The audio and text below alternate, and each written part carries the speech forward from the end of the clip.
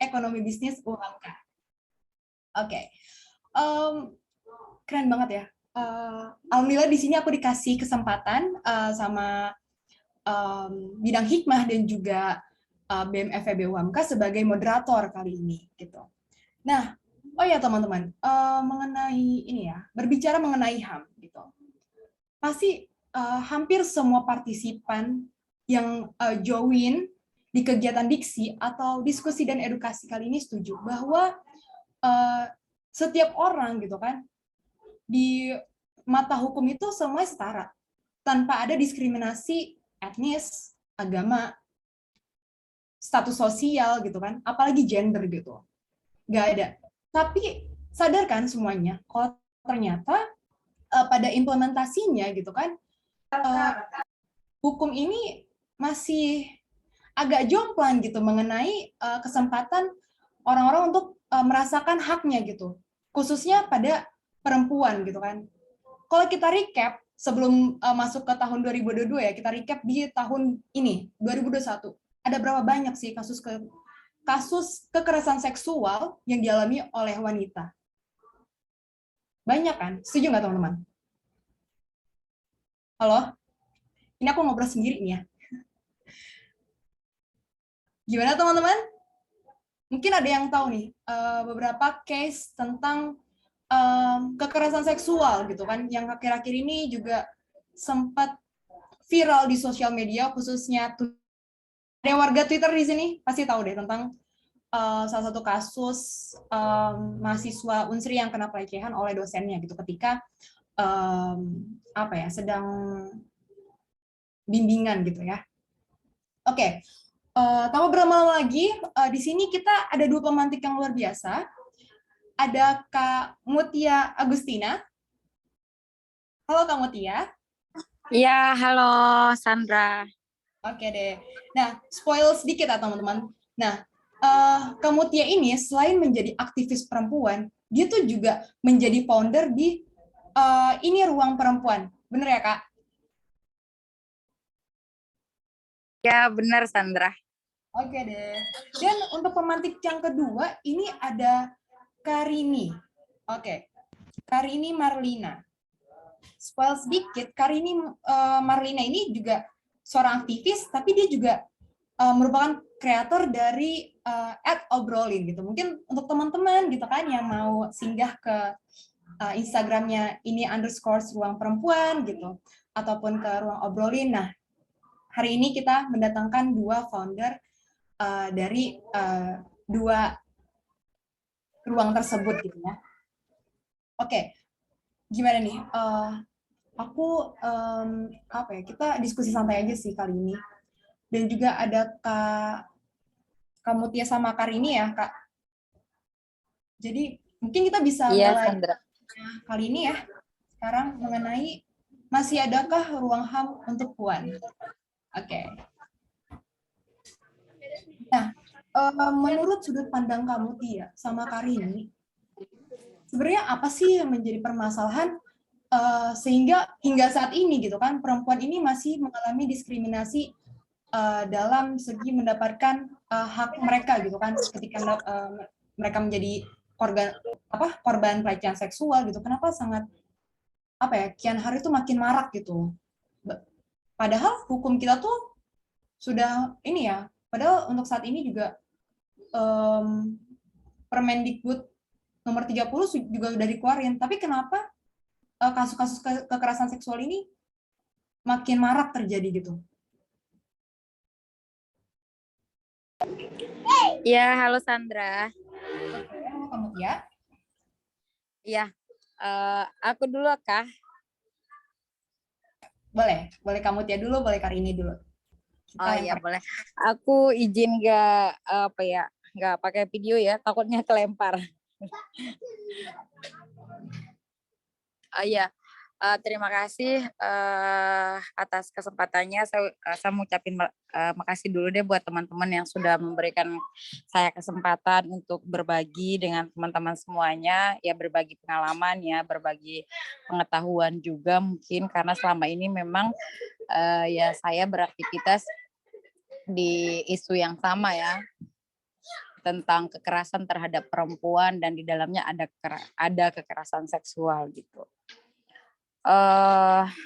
Ya, bahwa kekerasan terhadap perempuan itu ada berbagai bentuk ya, ada berbagai jenis. Ya, ada kekerasan psikis, ada kekerasan fisik, ada kekerasan seksual, dan ada kekerasan ekonomi. Ada juga dari berbagai jenis itu, ada juga bentuk-bentuk kekerasannya. Misalnya kalau kita bicara tentang kekerasan, khususnya tentang kekerasan seksual, maka ada banyak bentuknya. Salah satu bentuknya itu adalah pelecehan seksual. Pelecehan seksual. Kemudian ada juga perkosaan, ada juga cyber. Sebentar ya Sandra, saya agak berisik bentar.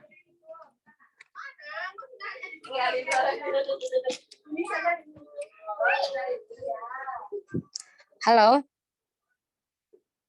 Ya, Sandra, suara saya terdengar kah? Terdengar jelas, Kak. Iya. Dari 4 jenis kekerasan tadi itu ada bentuk-bentuknya gitu. Karena kita akan bicara tentang kekerasan seksual, maka saya akan mencoba menjabarkan bentuk-bentuk dari kekerasan seksual yang terjadi ya gitu. Salah satunya adalah pelecehan seksual. Kemudian ada perkosaan, ada pemaksaan aborsi dan yang lain-lainnya gitu. Dan pelecehan seksual itu juga banyak banget bentuk-bentuk lainnya gitu. Seperti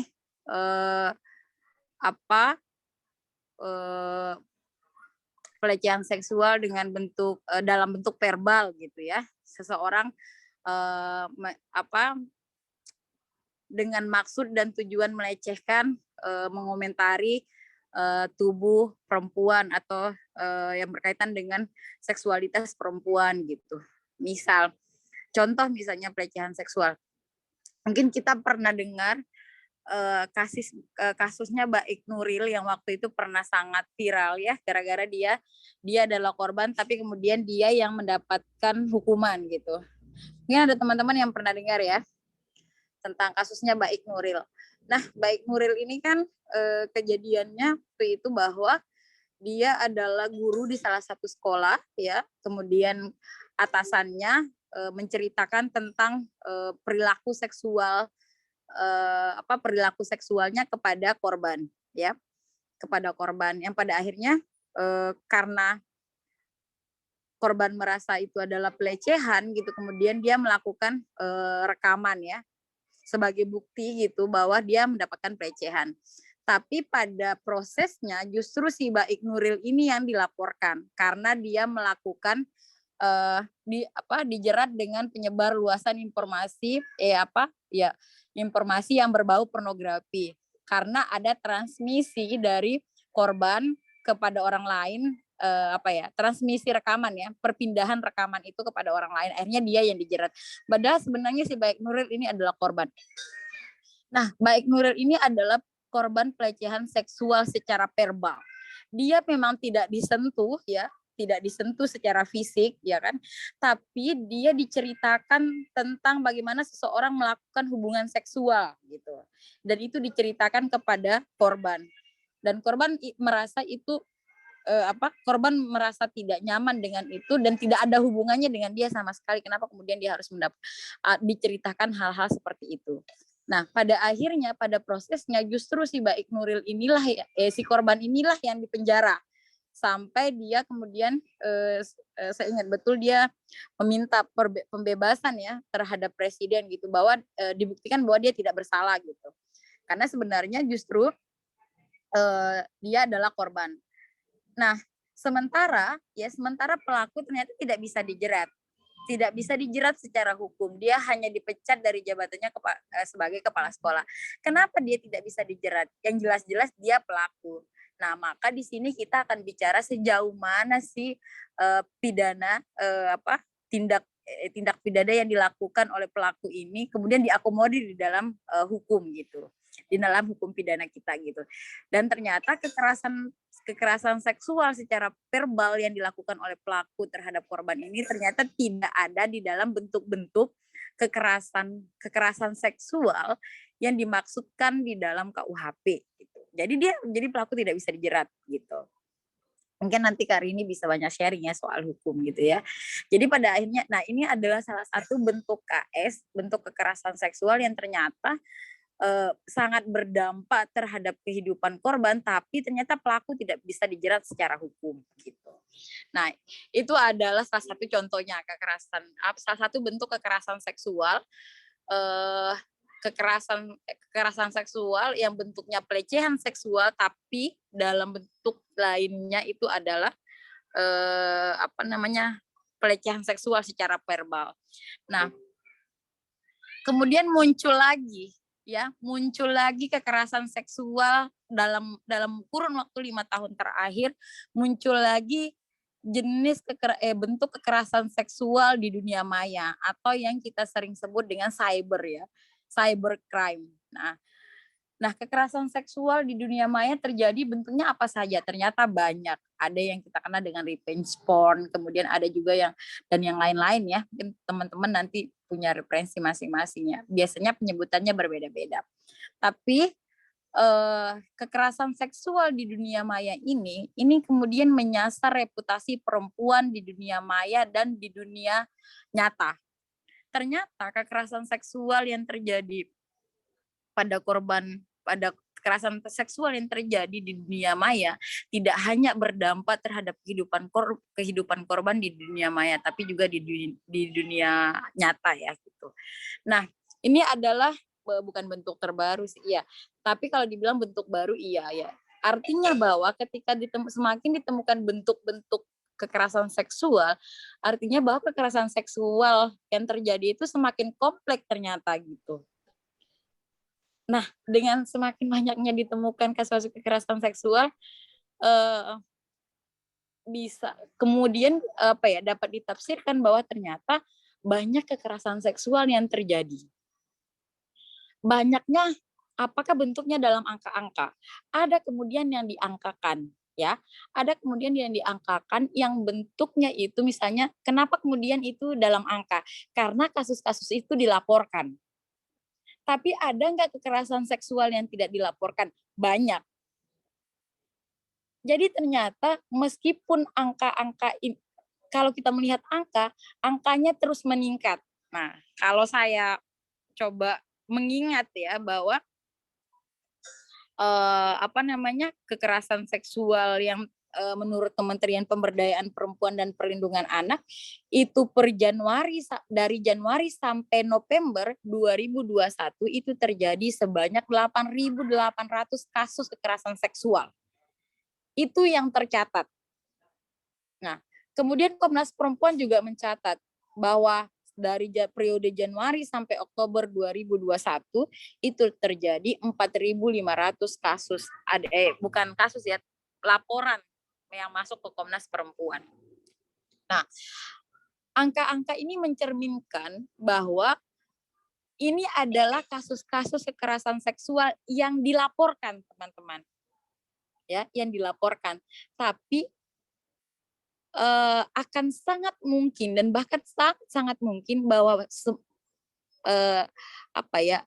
kasus yang sebenarnya terjadi itu bisa berkali lipat dari angka-angka ini. Apa penyebabnya? Karena yang pertama, tidak mudah bagi korban kekerasan seksual untuk melaporkan apa yang dia alami. Yang kedua, bisa jadi dia korban tidak menemukanali bahwa apa yang dia alami itu kekerasan seksual. Contoh pelecehan seksual. Pelecehan seksual yang terjadi di dunia maya misalnya gitu. Ketika di WA group misalnya berseliweran stiker-stiker yang dibuat dengan foto perempuan perempuan yang berbau pornografi lah misalnya, yang menggambarkan seksualitas seseorang, kemudian dikatai misalnya bahwa perempuan itu menggoda, tubuh perempuan yang di stiker itu menggoda. Atau misalnya foto-foto kita, ya, foto-foto pribadi kita digunakan tanpa persetujuan dari kita untuk dijadikan stiker, kemudian itu dituliskan kata-kata yang melecehkan. Bisa jadi itu tidak dikenali. Kemudian keberanian korban untuk melaporkan, akses korban terhadap layanan. Nah, ini adalah penyebab-penyebab yang korban ini tidak bisa melapor gitu. Dan kemudian karena dia tidak bisa melapor, akhirnya kasusnya tidak tercatatkan. Karena kasusnya tidak dicatatkan, maka angkanya tidak muncul. Gitu ya. Jadi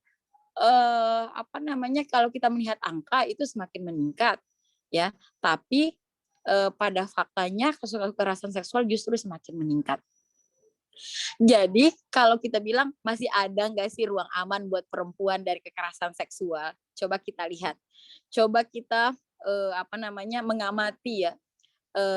Ya kalau misalnya kita melihat pemberitaan media-media yang menyoroti tentang kasus kekerasan seksual itu kan, itu cukup kita lihat bagaimana kemudian ayah kandung menjadi pelaku kekerasan seksual terhadap anak kandungnya yang kita kenal dengan incest, bagaimana kemudian paman memperkosa keponakannya, bagaimana kemudian guru memperkosa anak muridnya, bagaimana kemudian dosen melakukan pelecehan seksual terhadap mahasiswanya, bagaimana kemudian orang yang tidak dikenal mengirimkan sesuatu yang berbau pornografi terhadap orang yang tidak dikenalnya.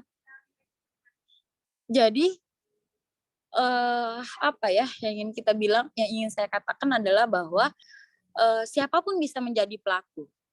Ayah, suami, paman, kakak, adik, teman, pacar, mantan suami, semuanya bisa jadi pelaku. Guru, dosen, ustadz, pastor, atau oknum-oknum atau oknum-oknum yang bahkan oknum anggota kepolisian pun itu menjadi pelaku dari kekerasan seksual. Kemudian tempat mana? Apakah kita akan masih bilang bahwa ruang aman bagi perempuan dari kekerasan seksual itu masih banyak? Coba kita perhatikan, rumah itu bisa menjadi tempat terjadinya kekerasan seksual, sekolah, perguruan tinggi, apalagi di kereta, di tempat umum, di rumah sakit, dimanapun, itu semuanya menjadi tempat terjadinya kekerasan seksual. Nah, artinya bahwa ketika kita melihat fakta-fakta tentang pelaku, korban, kemudian tempat-tempat terjadinya kekerasan seksual, apa iya kita akan masih bilang bahwa ruang aman bagi perempuan itu masih sangat terbuka gitu? Apa iya kita bisa menjaminkan diri kita tidak menjadi korban kekerasan seksual? Coba kita perhatikan korban-korban kekerasan seksual. Apa iya kita masih bilang bahwa kekerasan seksual itu terjadi kepada perempuan misalnya yang berpakaian minim, yang berpakaian terbuka gitu. Coba kita lihat korban-korban kekerasan seksual. Tidak memandang pakaian sama sekali. Perempuan berpakaian pendek, perempuan berpakaian panjang, perempuan berjilbab, tidak berjilbab, semuanya menjadi korban kekerasan seksual. Jadi kita tidak bisa menjaminkan diri kita tidak menjadi korban karena ruang kita ini, ruang aman bagi perempuan dari kekerasan seksual itu semakin menyempit. Bahkan rumah kita pun bisa jadi tidak aman. Iya kan? Karena siapapun bisa menjadi pelaku. Kita melihat bagaimana ayah menjadi pelaku kekerasan seksual, ayah kandung, ayah tiri bisa menjadi korban kekerasan seksual. Nah, ini adalah fakta-fakta yang menurut saya bahwa fakta-fakta kekerasan seksual ini sangat-sangat adalah kejahatan kemanusiaan ya yang tidak bisa kita toleransi sama sekali. Dari hal yang paling sederhana saja soal pelecehan seksual gitu.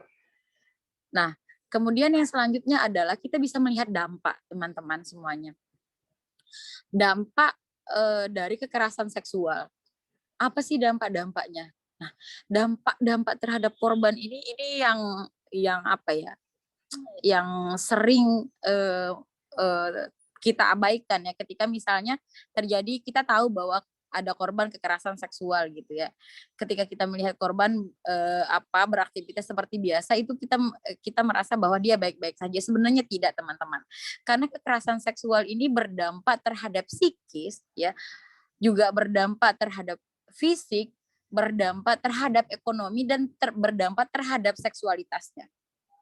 Misal ya, kalau seseorang dipaksa mengalami perkosaan gitu ya, mengalami perkosaan, dia akan mengalami dampaknya, dia akan mengalami trauma psikis yang kemudian dia bisa juga depresi. Karena dia mengalami trauma psikis, maka dia akan menjadi terbatas aktivitasnya dengan orang lain, bahkan dia akan mengurung diri, kehilangan kepercayaan diri, bahkan dia sampai bunuh diri.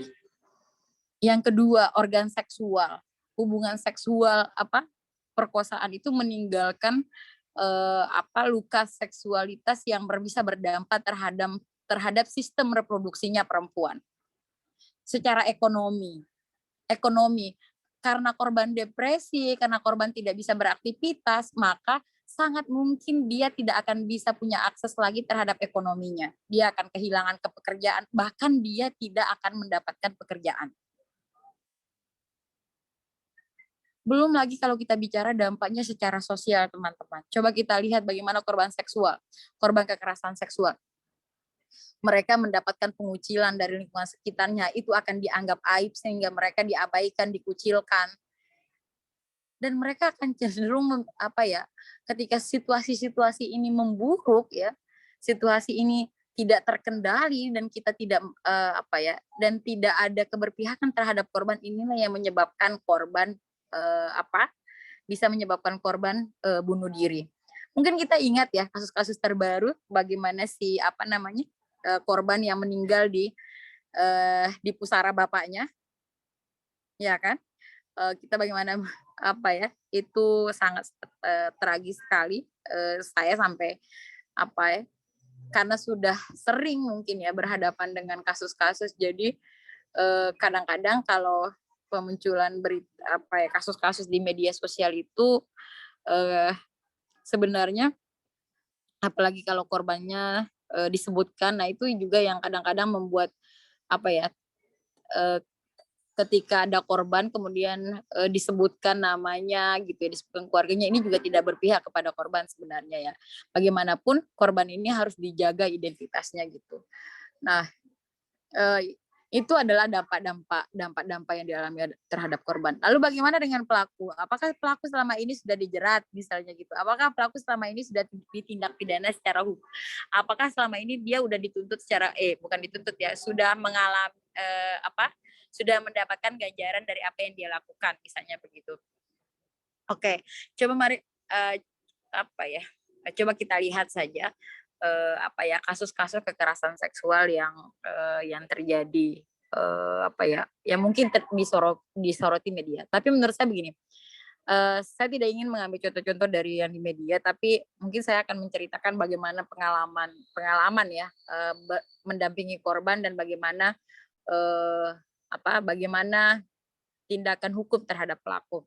Nah, jadi dalam banyak kasus kekerasan seksual ya, dalam banyak kasus pelaku kekerasan seksual,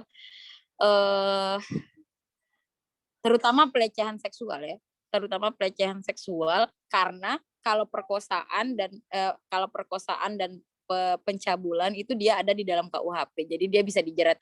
Tapi jenis dia bisa dijerat dengan KUHP. Tapi kalau misalnya bentuknya adalah kayak cyber, kemudian dia itu pelecehan seksual, nah itu kadang-kadang banyak ya, mayoritas dari pelakunya bahkan itu tidak bisa dijerat secara hukum. Dan banyak juga korban yang kemudian memilih kadang-kadang untuk berdamai. Nah, memilih untuk berdamai ini yang sebenarnya harus kita lihat bahwa korban dia mengalami situasi yang tidak stabil dalam memutuskan gitu. Nah, banyak pelaku yang memang tidak bisa dijerat secara hukum, terutama dalam kasus-kasus cyber dan kemudian pelecehan seksual secara verbal. Karena lagi-lagi kita harus mengakui kita sudah punya banyak payung hukum yang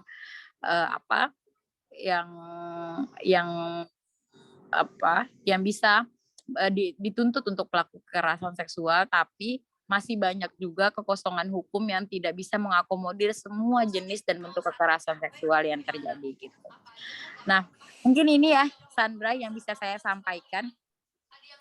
Oh iya, satu tadi belum saya jawab ya. Sebenarnya apa sih penyebabnya yang membuat korban itu menjadi korban kekerasan seksual gitu. Kita tanya, kalau sekarang misalnya apakah perempuan sering disalahkan ketika dia menjadi korban kekerasan seksual? Sering nggak sih disalahin gitu? Iya, Sering kan? Sering Nah, banget. ini sudah salah satu penyebab ya kenapa terjadi kekerasan seksual terhadap korban. Karena perempuan selalu dianggap salah ketika dia menjadi korban. Kemudian yang kedua adalah bahwa perempuan ini masih dianggap sebagai objek seksual. Ya, kayak misalnya seseorang ya menyentuh kita, dia merasa kalau kita boleh disentuh, padahal belum tentu loh.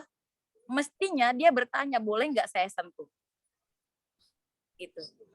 Tapi karena perempuan sudah dilihat sebagai, misal contoh saja, ya kayak tadi tuh, orang yang tiba-tiba hai misalnya begitu ya, hai dengan menyentuh bagian tubuh, misalnya di bagian tubuh kita tanpa concern dengan kita begitu, padahal belum tentu itu kita nih udah dianggap ya udah sih biasa aja misalnya kayak disentuh. Padahal sebenarnya kita nggak mau loh gitu.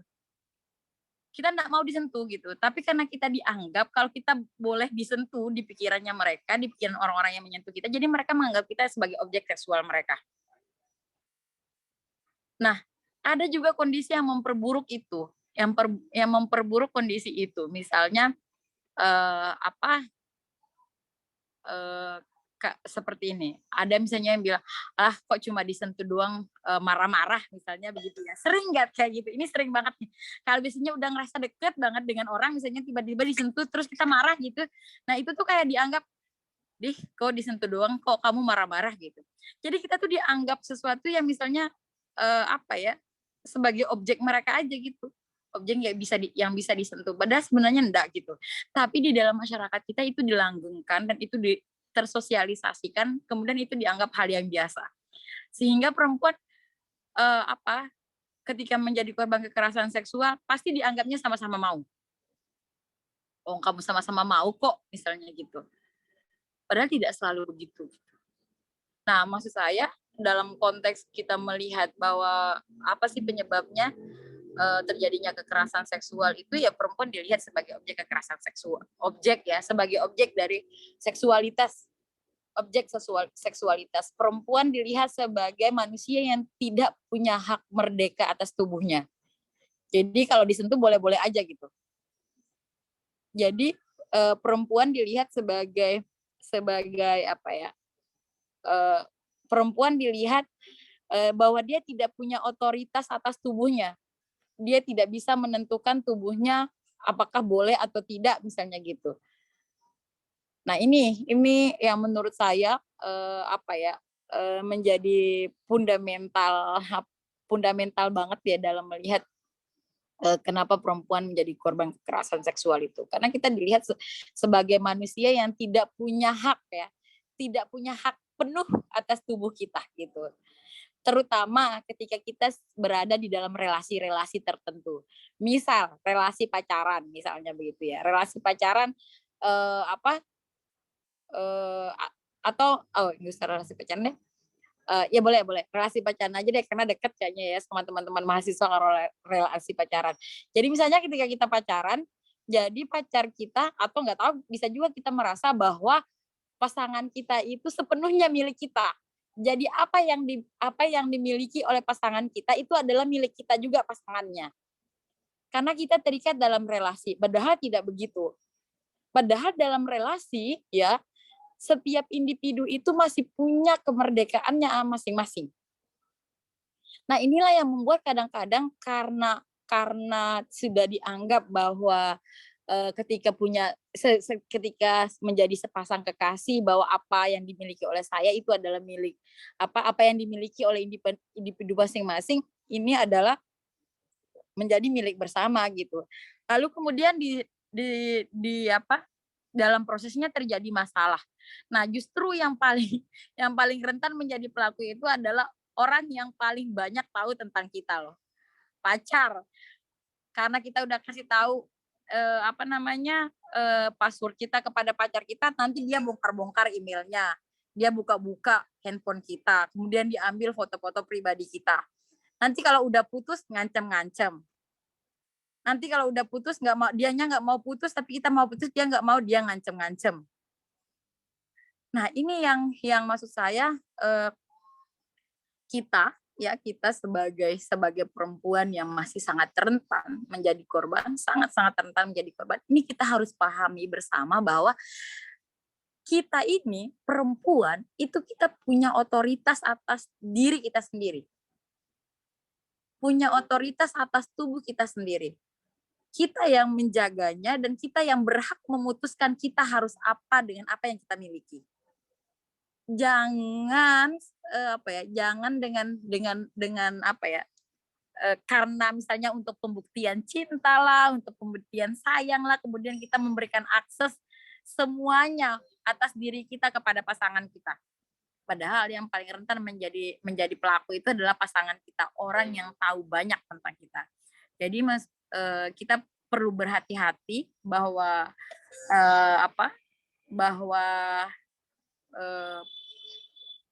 orang yang paling dekat dengan kita itu sangat resisten menjadi pelaku ya, ketika misalnya kita dalam masalah atau kita tidak lagi harmonis seperti dulu gitu, karena tidak semua orang dewasa dalam menghadapi masalah-masalah seperti itu, termasuk pasangan kita. Jadi jangan pernah percaya sepenuhnya seutuhnya kepada pasanganmu gitu ya, sekalipun misalnya kamu cinta banget, jangan deh gitu. Harus tetap punya independensi terhadap diri sendiri, harus tetap punya otoritas atas diri sendiri gitu. Boleh pasangan kita memberi saran, boleh kita ikuti sarannya kalau itu baik ya. Tapi harus diingat bahwa kita juga harus memproteksi diri kita dari hal-hal yang mungkin akan merugikan kita di masa depan.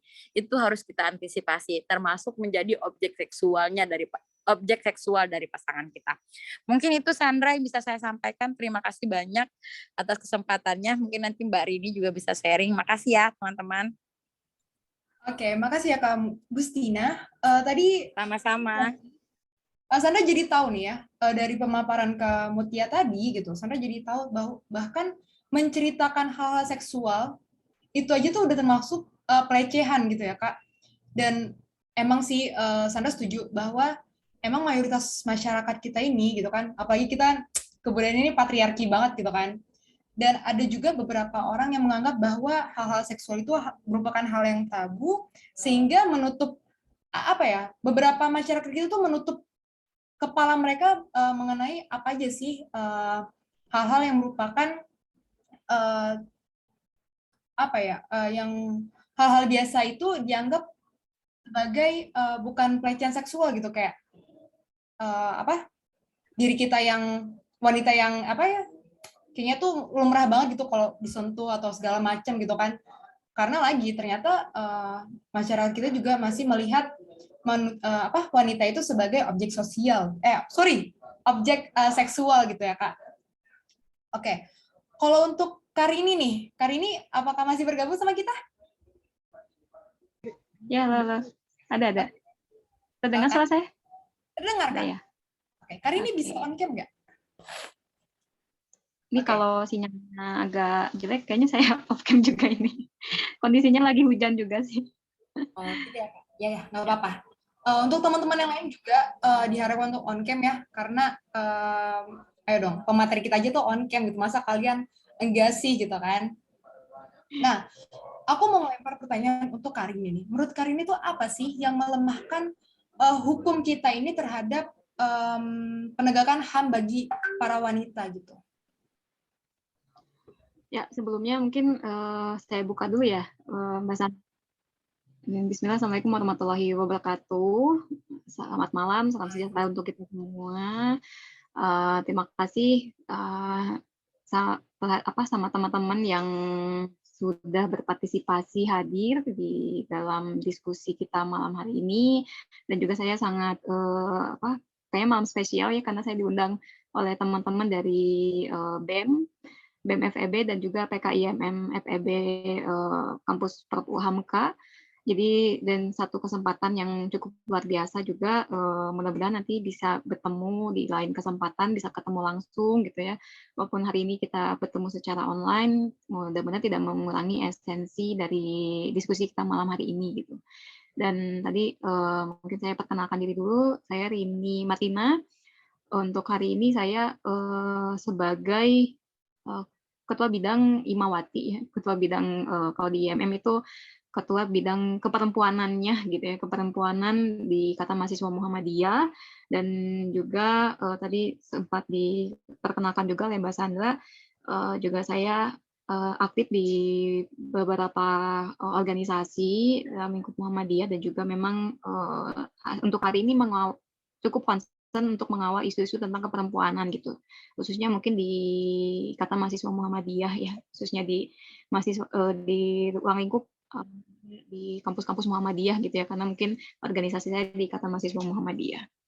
Dan tadi sudah sangat banyak yang disampaikan oleh Kak Mutia gitu, apa yang menjadi keresahan, apa yang menjadi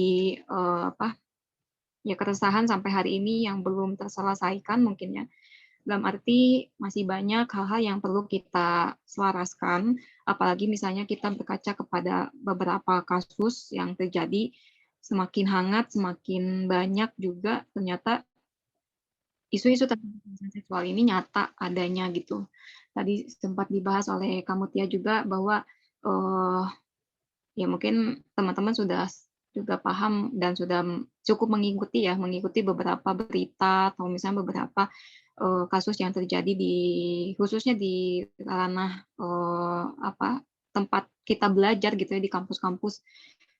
Ternyata ada loh gitu kekerasan-kekerasan seksual atau dalam arti bentuknya pelecehan seksual yang terjadi di beberapa kampus, dan mungkin tidak menutup kemungkinan gitu bahwa hari ini tentang kekerasan seksual ini atau pelecehan seksual ini juga menjadi salah satu isu yang ada di sekitar kita gitu, tapi kita tidak menyadari itu gitu.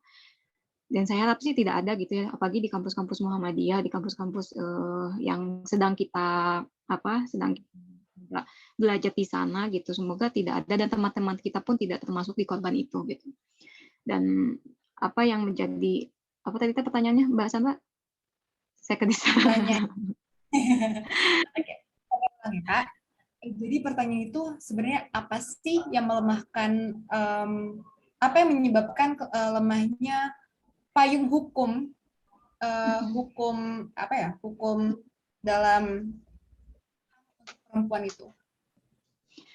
Apa ya, yang menyebabkan misalnya, hukum lemah?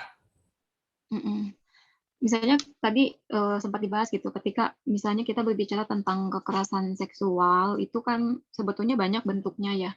Kalau jenisnya kita tahu gitu bahwa verbal, non-verbal gitu, terus bentuk-bentuknya banyak, salah satunya adalah tentang pelecehan seksual. Hari ini kita sadar betul gitu bahwa pelecehan seksual ini bisa terjadi oleh kepada siapapun, baik perempuan laki-laki pun bisa menjadi korban gitu. Hanya saja untuk kasus kekerasan seksual atau misalnya pelecehan seksual ini hanya ya 1:1000 misalnya kasusnya untuk laki-laki gitu ya, untuk laki-laki gitu. Jadi masih cukup banyak para perempuan yang menjadi korban, dan pada akhirnya ketika misalnya kita berbicara tentang konteks hukum, saya beberapa hari yang lalu sempat diskusi dengan salah satu petinggi lah ya, yang menjabat di salah satu Polres di salah satu kota gitu waktu beberapa hari yang lalu. Saya juga membahas tentang bagaimana kekerasan terhadap perempuan ini semakin marak gitu, dan statement yang didapat dari pemangku yang memang sebetulnya mereka bisa menjadi tempat kita untuk mengadukan gitu ya, mengadukan dan minta perlindungan hukum. Tapi statement-nya adalah ya sebetulnya kan kalau tadi yang disampaikan Kak Mutia gitu, kalau misalnya suka sesama suka gitu, sebelumnya sudah ada track record pacaran, atau misalnya sudah pernah berhubungan baik gitu, itu tidak jadi satu produk hukum gitu. Terus ketika misalnya hari ini yang menjadi sorotan adalah perempuan yang memakai baju senonoh, bukan senonoh sih, artinya perempuan yang memakai baju yang kurang tertutup lah gitu ya. Ya mungkin rok pendek, baju pendek gitu ya, atau cuma pakai bikini aja gitu ya kalau ke pantai gitu. Itu juga jadi pandangannya adalah ya perempuannya sendiri loh yang salah gitu. Perempuannya sendiri yang mengundang para kaum lawan jenisnya untuk berpikir dan melakukan tindakan-tindakan yang ya memicu kekerasan seksual gitu kan. Sebetulnya itu tidak baik gitu ya, tidak tepat jika disampaikan oleh salah satu lembaga yang bisa melindungi kita secara hukum gitu. Dan pada akhirnya berbicara kembali, kepentingan kekuasaan pada akhirnya juga ada di sini gitu. Peran kepentingan kekuasaan ketika misalnya kita berbicara tentang kekerasan seksual atau pelecehan seksual ini ada hadir di sini gitu. Kita tidak bisa ketika lemah itu berarti kan ada kepentingan kekuasaan di Indonesia ini yang mau nggak mau gitu ya, kita tidak bisa menutup saya tidak menutup mata, tidak menutup diri ketika misalnya kepentingan kekuasaan atau misalnya kepentingan material dan lain sebagainya tidak termasuk gitu dalam yang kita perjuangkan gitu.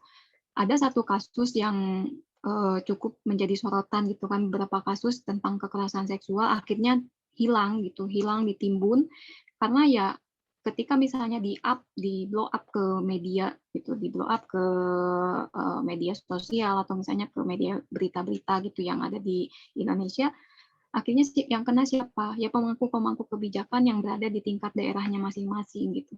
Nah ini salah satu kendala ketika korban atau misalnya korban kekerasan seksual atau pelecehan seksual ini meminta payung hukum yang jelas gitu. Istilahnya kayak ya udahlah nggak usah dibesar-besarkan gitu, nggak usah dibesar-besarkan. Ada satu kasus yang kemarin cukup hangat gitu ya, salah satu mahasiswi di Jawa Timur gitu kan, dia akhirnya memilih untuk bunuh diri gitu kan, bunuh diri karena dia sudah tidak bisa mendapatkan payung hukum atau misalnya perlindungan hukum yang jelas gitu. Bagaimana nasib dia untuk masa depan dia tuh sudah buntu gitu menurut dia gitu kan. Menurut dia sudah buntu, akhirnya dia memilih untuk bunuh diri gitu. Padahal dia sudah berupaya untuk melaporkan kejadian dan apa yang dia alami ke keluarga dia gitu, ke teman-teman terdekatnya, bahkan ke instansi atau lembaga yang memang seharusnya melindungi dia gitu ya secara kacamata korban, tapi tidak dilindungi gitu. Dan pada akhirnya korban kekerasan seksual ini gitu memilih untuk menutup diri dan juga menutup kesempatan hidup mereka gitu. Akhirnya mereka bunuh diri. Dan ini yang menjadi polemik akhirnya, bahwa ya pada akhirnya kelemahan dari pengawalan hukum ketika misalnya kita berbicara tentang isu-isu yang sudah marak tentang pelecehan seksual yang tadi disampaikan oleh Kamutia juga sebetulnya ketika berbicara data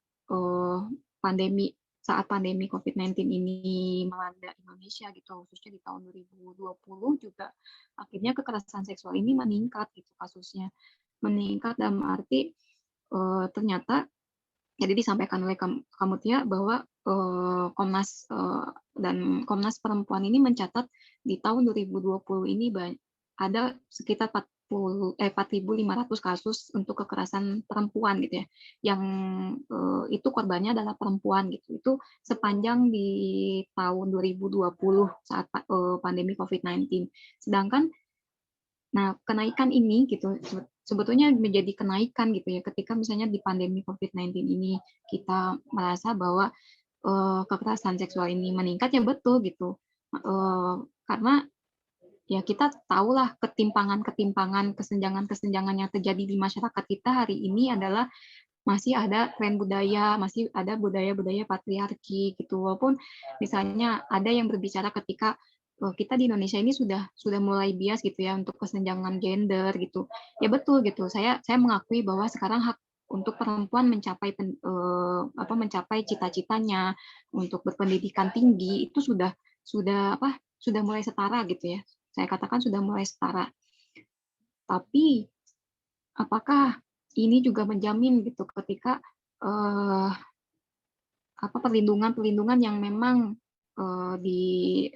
didapatkan oleh perempuan ini gitu, karena notabene selalu dikacamatakan bahwa perempuan ini lemah gitu ya, lemah dalam segala hal gitu, lemah dalam segala aspek, bahkan lemah untuk melindungi dirinya sendiri. Ini tidak sampai ke sana gitu. Artinya peran pemerintah juga sebetulnya belum hadir gitu, belum hadir di dalam kondisi lingkungan kita gitu, dan kesadaran terhadap apa yang terjadi hari ini disadarkan oleh perempuannya itu sendiri gitu. Pada kesempatan kali ini mungkin teman-teman yang hadir dalam Zoom meeting hari ini juga mempunyai kesadaran yang cukup bahwa hari ini keresahan kita ini tentang kekerasan seksual gitu, pelecehan seksual atau kekerasan terhadap perempuan ini kok semakin marak gitu. Apakah catatan-catatan yang menjadi catatan tiap tahun dan perempuan itu menjadi evaluasi bersama atau tidak gitu? Kenapa semakin hari semakin marak gitu? Semakin hari isunya itu semakin kita mudah dapatkan aksesnya gitu. Karena mungkin apa yang menjadi satu titik poin yang saya lihat gitu ya, saya amati bahwa kita hari ini memanfaatkan teknologi media sosial dengan cukup baik gitu ya. Semua orang bisa untuk memanfaatkan media sosial. Siapa sih hari ini yang tidak mempunyai smartphone gitu? Siapa yang hari ini tidak mempunyai akun-akun media sosial? Ya minimal Instagram lah gitu, ya minimal Facebook atau ya minimal Twitter gitu, atau minimal dia terhubung satu koneksi dengan grup WhatsApp dan sebagainya gitu kan. Itu salah satu bukti bahwa di Indonesia bahwa masyarakatnya itu sudah melek teknologi, dan artinya ketika ada kasus-kasus tentang kekerasan seksual atau misalnya kekerasan terhadap perempuan bisa cepat informasinya viral ya, dalam arti sekarang sebutannya viral gitu ya. Viral itu ya karena semua masyarakat Indonesia ini sudah melek teknologi gitu. Artinya kekerasan-kekerasan yang memang terjadi tuh bisa di blow up gitu. Dan ketika misalnya hari ini kita lihat kasus yang terjadi di Indonesia hari ini tentang kekerasan seksual ini, kenapa viral baru ditindak gitu. Setelah viral baru ditindak gitu kan. Berarti kan ada sebuah pembiaran gitu, ada sebuah pembiaran yang tadi di awal saya sampaikan bahwa lembaga-lembaga atau misalnya organisasi atau komunitas atau misalnya dalam bentuk pemerintahan sendiri pun ketika misalnya ada korban dari kekerasan korban sebagai kekerasan seksual ini atau kekerasan terhadap perempuan ini selalu membiarkan gitu. Ketika misalnya sudah mulai masuk warga Indonesia sudah meresah, terus kasus-kasusnya sudah ada di media-media sosial atau media-media berita gitu, baru mereka bertindak gitu. Ya berarti kan masih ada kelemahan gitu, ada kelemahan yang terjadi di dalam tubuh hukumnya Indonesia hari ini. Bahkan ya lembaga-lembaga hukum atau lembaga-lembaga yang bisa seharusnya melindungi kaum perempuan ini ya tidak sampai ke sana gitu, sampai akhirnya ada kebuntuan dan akhirnya ya udahlah kita viralkan, siapa tahu kalau viral semua orang tahu dan akhirnya kita ada tindakan dari pemerintah gitu.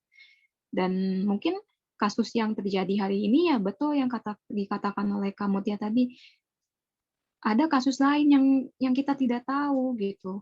Saya juga kan dalam hari ini cukup mendampingi kasus yang terjadi di ya teman-teman tahu ada yang kasus satu pesantren yang sebetulnya ya pelecehan terhadap murid gitu ya, guru terhadap murid, dan itu salah satu pesantren yang ada di Kota Bandung sendiri. Dan saya coba telusuri gitu ya informasi hari ini bahwa ternyata di lembaga pendidikan yang seharusnya menjadi tempat teraman bagi seorang siswa pun bisa terjadi kasus-kasus tentang pelecehan seksual atau kekerasan terhadap perempuan gitu kan. Dan artinya kasus ini sebetulnya menjadi PR bersama gitu. Dan dalam pandangan saya gitu, ketika misalnya kita berbicara sebagai mahasiswa gitu, hari ini kita mulai tahu gitu, kita paham bahwa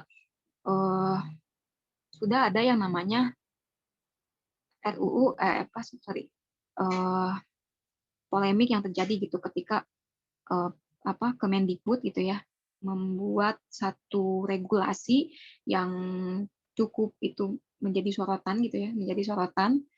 Artinya karena hadirnya kasus yang tentang pelecehan seksual yang terjadi di baik misalnya oknumnya adalah sesama mahasiswa atau oknumnya dari sivitas akademika yang ada di lingkungan kampusnya itu gitu, atau misalnya yang berada di luar kampusnya gitu, dan anak didiknya itu menjadi korban gitu. Itu jadi salah satu hal yang akhirnya muncul Permendikbudristek nomor 30 di tahun 2021.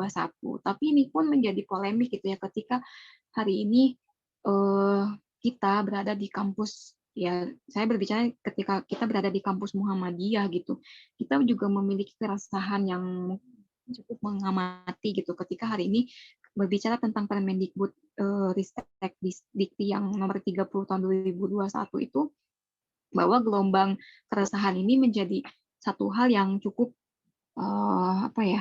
yang cukup perlu kita kawal juga gitu sebagai mahasiswa yang duduk dan mengenyam pendidikan di kampus Muhammadiyah. Artinya sebetulnya kalau misalnya terhadap polemik protes yang dilakukan oleh Muhammadiyah gitu kemarin ketika berbicara tentang usul yang dikeluarkan oleh peraturan yang dikeluarkan oleh Kemendikbud itu juga menjadi salah satu hal yang kita dukung gitu. Siapa sih yang tidak mendukung artinya yang tidak mendukung tentang penanggulangan atau pencegahan penanganan kekerasan seksual yang terjadi di lingkungan perguruan tinggi gitu ya. Karena Muhammadiyah gitu hari ini memiliki perguruan tinggi yang cukup banyak gitu ya, ratusan perguruan tinggi yang tersebar di Indonesia. Artinya Muhammadiyah pun sadar bahwa siapa tahu mungkin ada anak didiknya, mahasiswa-mahasiswa yang bersekolah dia mereka menjadi korban dan mereka tidak bisa melaporkan atau tidak tahu harus kemana. Akhirnya kita mendukung gitu ketika Permendikbudristek Dikti ini mengeluarkan peraturan tentang pencegahan dan penanganan kekerasan seksual yang berada di lingkungan kampus. Tapi ada salah satu hal yang menjadi sorotan juga gitu, bahwa hari ini gitu ketika misalnya kita berbicara tentang Permendikbud ini ya sebetulnya tidak memenuhi asas keterbukaan gitu dalam proses pembentukannya. Artinya ketika pembentukan peraturan ini seharusnya terjadi diskusi atau misalnya terjadi beberapa hal yang keterbukaan publik yang seharusnya informasi ini dapat disosialisasikan dan juga ada keterlibatan dari lembaga-lembaga khususnya mungkin Muhammadiyah yang memiliki kampus ya, ratusan kampus yang tersebar di Indonesia, dan ini juga bertanggung jawab gitu untuk menstabilkan kondisi dan agar tidak terjadi kekerasan seksual terhadap mahasiswa gitu. Dan ya menurut pandangan Muhammadiyah sendiri gitu ketika yang menjadi isu kemarin gitu ya, keresahan Muhammadiyah ini ada salah satu frasa yang mungkin cukup cukup kayak ini menjadi titik gitu di mana ada satu perumusan yang diatur di dalam pasal 5 ayat 2 yang di dalam muatan frasa yang di dalam Permendikbudristek Dikti ini adalah kata tanpa persetujuan dari korban gitu. Nah, ini yang menjadi polemik sebetulnya.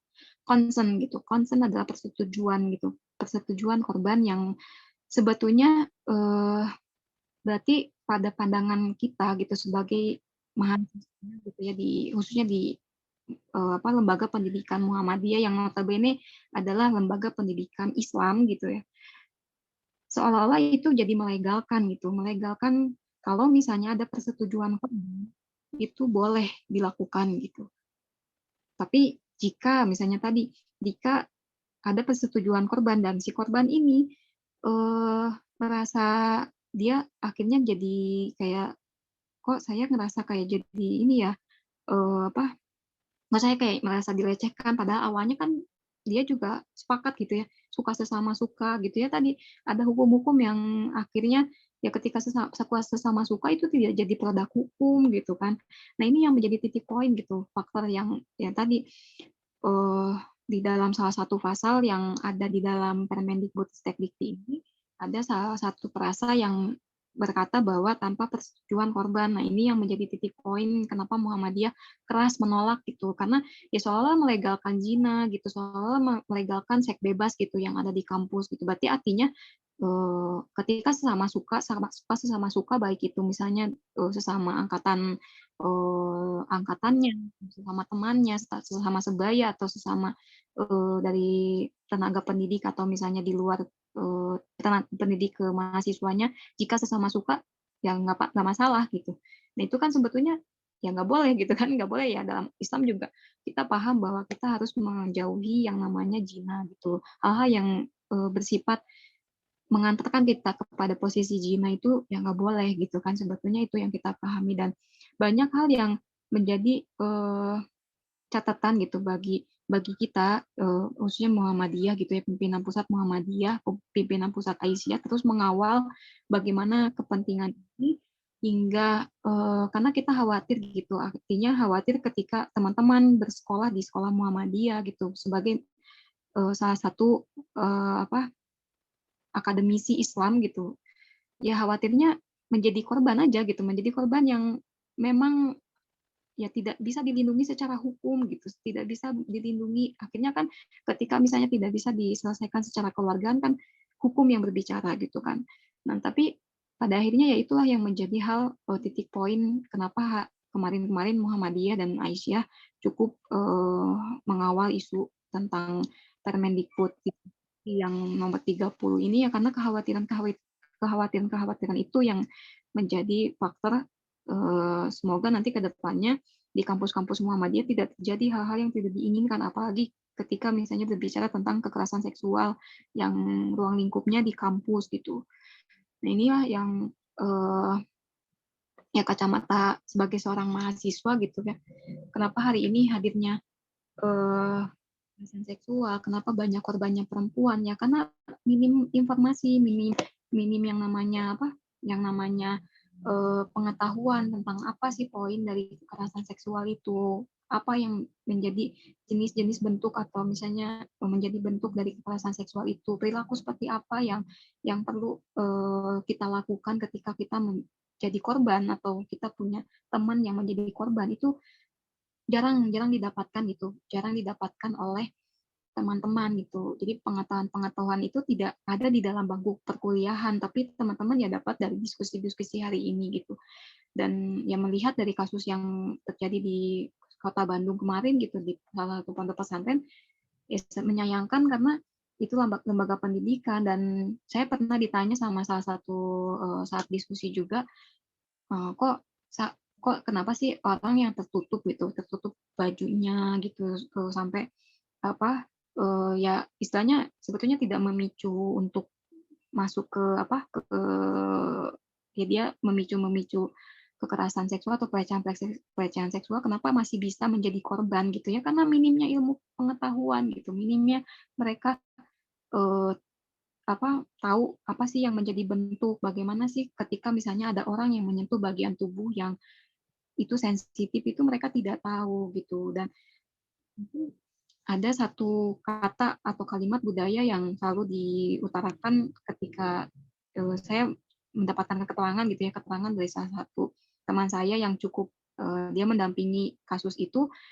Ada bahasa yang dikeluarkan dari si gurunya ini adalah, kamu kalau misalnya tidak nurut dengan saya, ilmu kamu tidak akan sampai gitu, tidak akan masuk ke otak gitu kan. Itu adalah salah satu ancaman-ancaman yang sebetulnya ketika kita sudah paham ilmunya ya tidak akan terjadi hal-hal kayak gitu. Jadi balik lagi gitu, kita sebagai perempuan gitu, laki-laki pun perlu untuk menambah mengupgrade kapasitas atau misalnya pengetahuan tentang bagaimana kekerasan seksual ini, bentuk-bentuknya seperti apa, bagaimana penanganan ketika kita menjadi korban, kita menjadi teman menjadi korban itu, atau misalnya di lingkungan sekitar kita ada yang memang menjadi korban atau pelaku, itu kita bagaimana sih sebetulnya. Nah itu yang perlu kita upgrade gitu.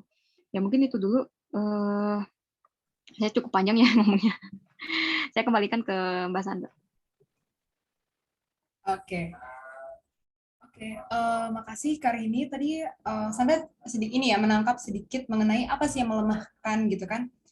Apa yang melemahkan payung HAM para puan ini ketika melakukan atau ketika speak up mengenai pelecehan seksual yang mereka alami. Salah satunya itu adalah pengawalan hukum yang kurang gitu kan. Seperti yang kita tahu, kayaknya sekarang tuh progres apa ya? Alur untuk melapor suatu kasus itu bukan lagi lapor polisi gitu kan, langsung diusut, nggak lagi seperti itu, tapi diviralin dulu baru polisi bertindak seperti itu. Hal ini tentunya sangat disayangkan ya karena masa harus viral dulu sih gitu kan, masa harus dipublikasi dulu baru diusut gitu. Dan lagi apa ya? Tadi ada apa tuh Permendikbud 30 ya yang sempat ternyata Muhammadiyah agak menolak gitu karena adanya unsur kata atas izin korban ya Kak. Gitu. Ya, Ya sih benar. kata yang apa tanpa persetujuan korban gitu. Oh, Jadi tanpa kalau jadi kalau misalnya disetujui, artinya kalau misalnya oleh dua belah pihak itu bukan termasuk dari kekerasan atau pelecehan seksual itu sih sebetulnya, dan itu kan tidak boleh dilakukan apalagi ya bukan muhrim ya, bukan ya maksudnya yang tadi ditakutkan misalnya terjadi bisa jadi hamil di luar nikah lah, sebelum selesai kuliah dia sudah apa ya mendapatkan hal-hal yang sebetulnya dia harusnya fokus dulu di perkuliahan gitu. Itu yang jadi titik poin sih sebetulnya. Dan yang ditakutkan nanti ya si korban ini ketika dia realize gitu ya, mereka sadar bahwa oh ternyata hal ini merupakan saya ternyata menerima pelecehan seksual nih oleh entah itu mantan atau siapapun gitu kan, ketika sadar baru mau melaporkan tapi ada unsur kata itu jadinya tidak bisa diusut gitu ya kan, mungkin hal itu menjadi sangat disayangkan gitu kan. Nah, apa ya, kata-kata tadi juga itu sempat digunakan ya atau diungkapkan oleh salah satu partai politik, siapa ya namanya, apa ya, PKS, pada saat ini pengesahan RUU apa tuh, bentar, RUU rancangan undang-undang tindak pidana kekerasan seksual yang pada saat itu harusnya sih Desember ini apa ya, undang-undang itu sudah disahkan sebagai inisiatif DPR tapi tidak bisa naik dikarenakan ada ya satu proses hukum yang membuat pengesahan RUU TPKS ini tidak jadi naik gitu, tidak jadi disahkan. Nah, moga-moga di tahun depan nanti RUU TPKS juga bisa disahkan gitu kan, supaya perlindungan hukum untuk perempuan menjadi sempurna, dan sangat diharapkan juga sih sebenarnya dari para pelaksana hukum ya, penggerak hukum ini, supaya ada penegasan tindak lanjut ketika ada pelaporan tentang kekerasan seksual baik itu kepada perempuan ataupun pria gitu kan. Nah, tapi Sandra mau sedikit narik lagi nih ke pembahasan Permendikbud nomor 30. Menurut Karini sama Kak Mutia, Kak Mutia masih gabung nggak sama kita nih? Masih aku masih di sini. Oke, mantap. Nah, menurut Karini sama Kak Mutia, sebenarnya tuh disahkannya Permendikbud nomor 30 ini tuh efektif nggak sih untuk mencegah pelecehan seksual gitu kan, atau yang disebut yang dibilang sama Kak Mutia sebelumnya ada cyber crime gitu kan, dalam bentuk pelecehan juga gitu, yang saat ini terjadi gitu kan. Apakah Permendikbud nomor 30 ini efektif dalam penanganan pelecehan seksual hal-hal baru gitu, seperti cybercrime itu? Ya, halo Cassandra. Aku dulu kali ya mau respon. Apa ya? Yang pertama bahwa Permendikbud nomor 30 tahun 2021 itu sebenarnya itu merupakan langkah konkret ya dari dari maraknya kekerasan seksual yang terjadi di perguruan tinggi dalam upaya pencegahan, dan juga penanganan ya gitu. Nah itu sebenarnya langkah konkret dari Kementerian Pendidikan dan Kebudayaan yang meskipun ya pada akhirnya ternyata ketika itu terbit gitu menuai pro dan kontra gitu. Tapi menurut saya terlepas dari pro dan kontra yang terjadi tentang Permendikbud itu adalah langkah konkret yang menurut saya yang perlu diapresiasi ya untuk Kementerian Pendidikan, dan itu adalah langkah-langkah maju ya dari institusi pendidikan kita gitu. Karena Permendikbud ini kan mendorong bagaimana upaya pencegahan gitu kan, bagaimana mengatur supaya tidak ada lagi misalnya interaksi di luar mendorong institusi pendidikan untuk melakukan upaya-upaya pencegahan, misalnya pembatasan pertemuan misalnya ya antara mahasiswa dan dosen di luar jam kerja dan yang lain-lain, kemudian mendorong adanya upaya penanganan gitu, bagaimana mendorong ketersediaan layanan pengaduan di kampus gitu ya. Ini kan langkah-langkah maju lah menurut saya ya, selama ini memang belum ada. Terlepas ya dari misalnya ada yang kemudian ketika itu dilempar ke publik gitu, ternyata ada pro dan kontranya. Jadi masih sangat wajar ya, karena cara pandang terhadap permen ini kelompok-kelompok tertentu mungkin punya landasan filosofis yang berbeda, punya kekhawatiran yang berbeda gitu. Nah, dan yang ingin saya sampaikan adalah bahwa ketika kita ingin berbicara tentang peraturan itu mesti dilihat secara komprehensif ya gitu. Tidak dipisahkan pembahasan yang satu dengan yang lainnya, konteks pasal 1 dengan pasal 2-nya, konteks pasal 2 dengan pasal 3 dan seterusnya gitu. Sehingga itu menjadi pemahaman yang utuh gitu. Pun demikian dalam melihat mungkin ini bisa bukan saran sih ya, tapi ini pendapat menurut saya termasuk tentang bagaimana memaknai seksual konsen ya dalam produk hukum ya gitu, dalam produk hukum. Nah, jadi saya memahaminya begini. Ketika kita bicara produk hukum, kita bicara latar belakangnya kenapa kemudian produk hukum itu ada kan, gitu. Pun demikian ketika muncul misalnya istilah seksual consent ya, gitu.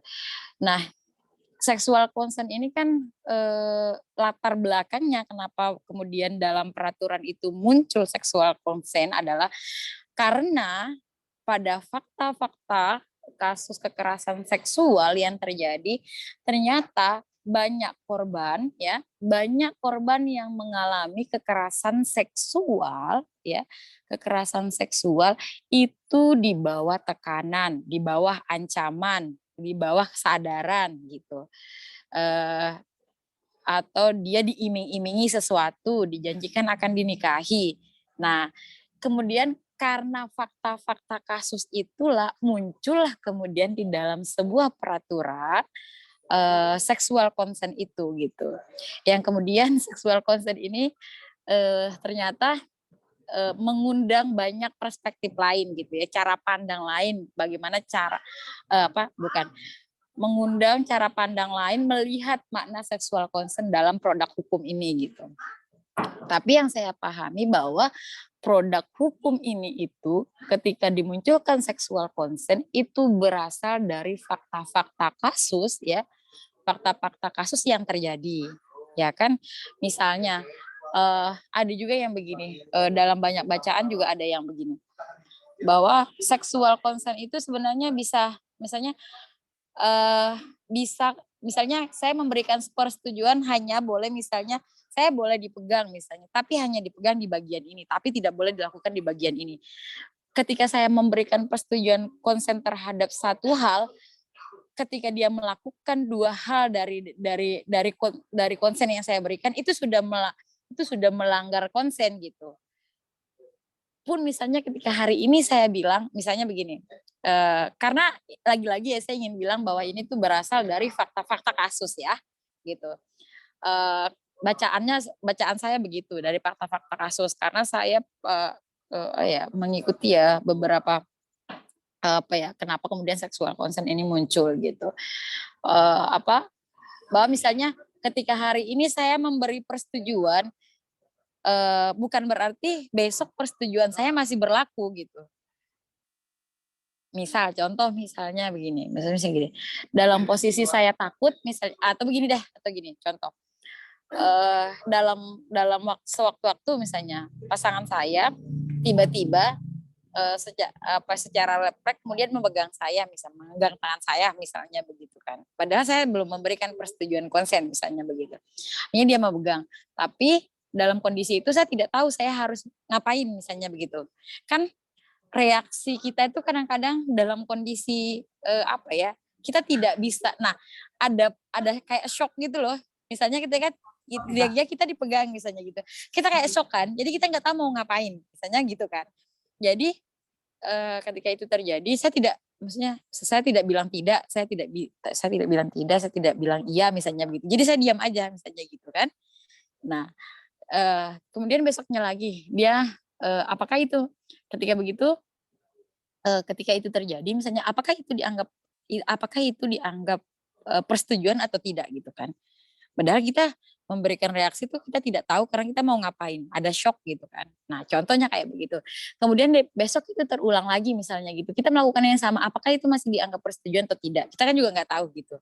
Nah, tapi ketika misalnya kita dipegang, misalnya hari ini kayaknya hari ini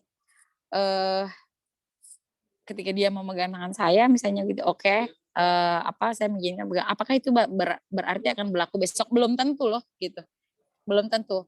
Karena saya bisa mencabut persetujuan itu kembali gitu. Nah, ini adalah pengalaman korban ya. Lagi-lagi saya ingin bilang ini adalah pengalaman korban.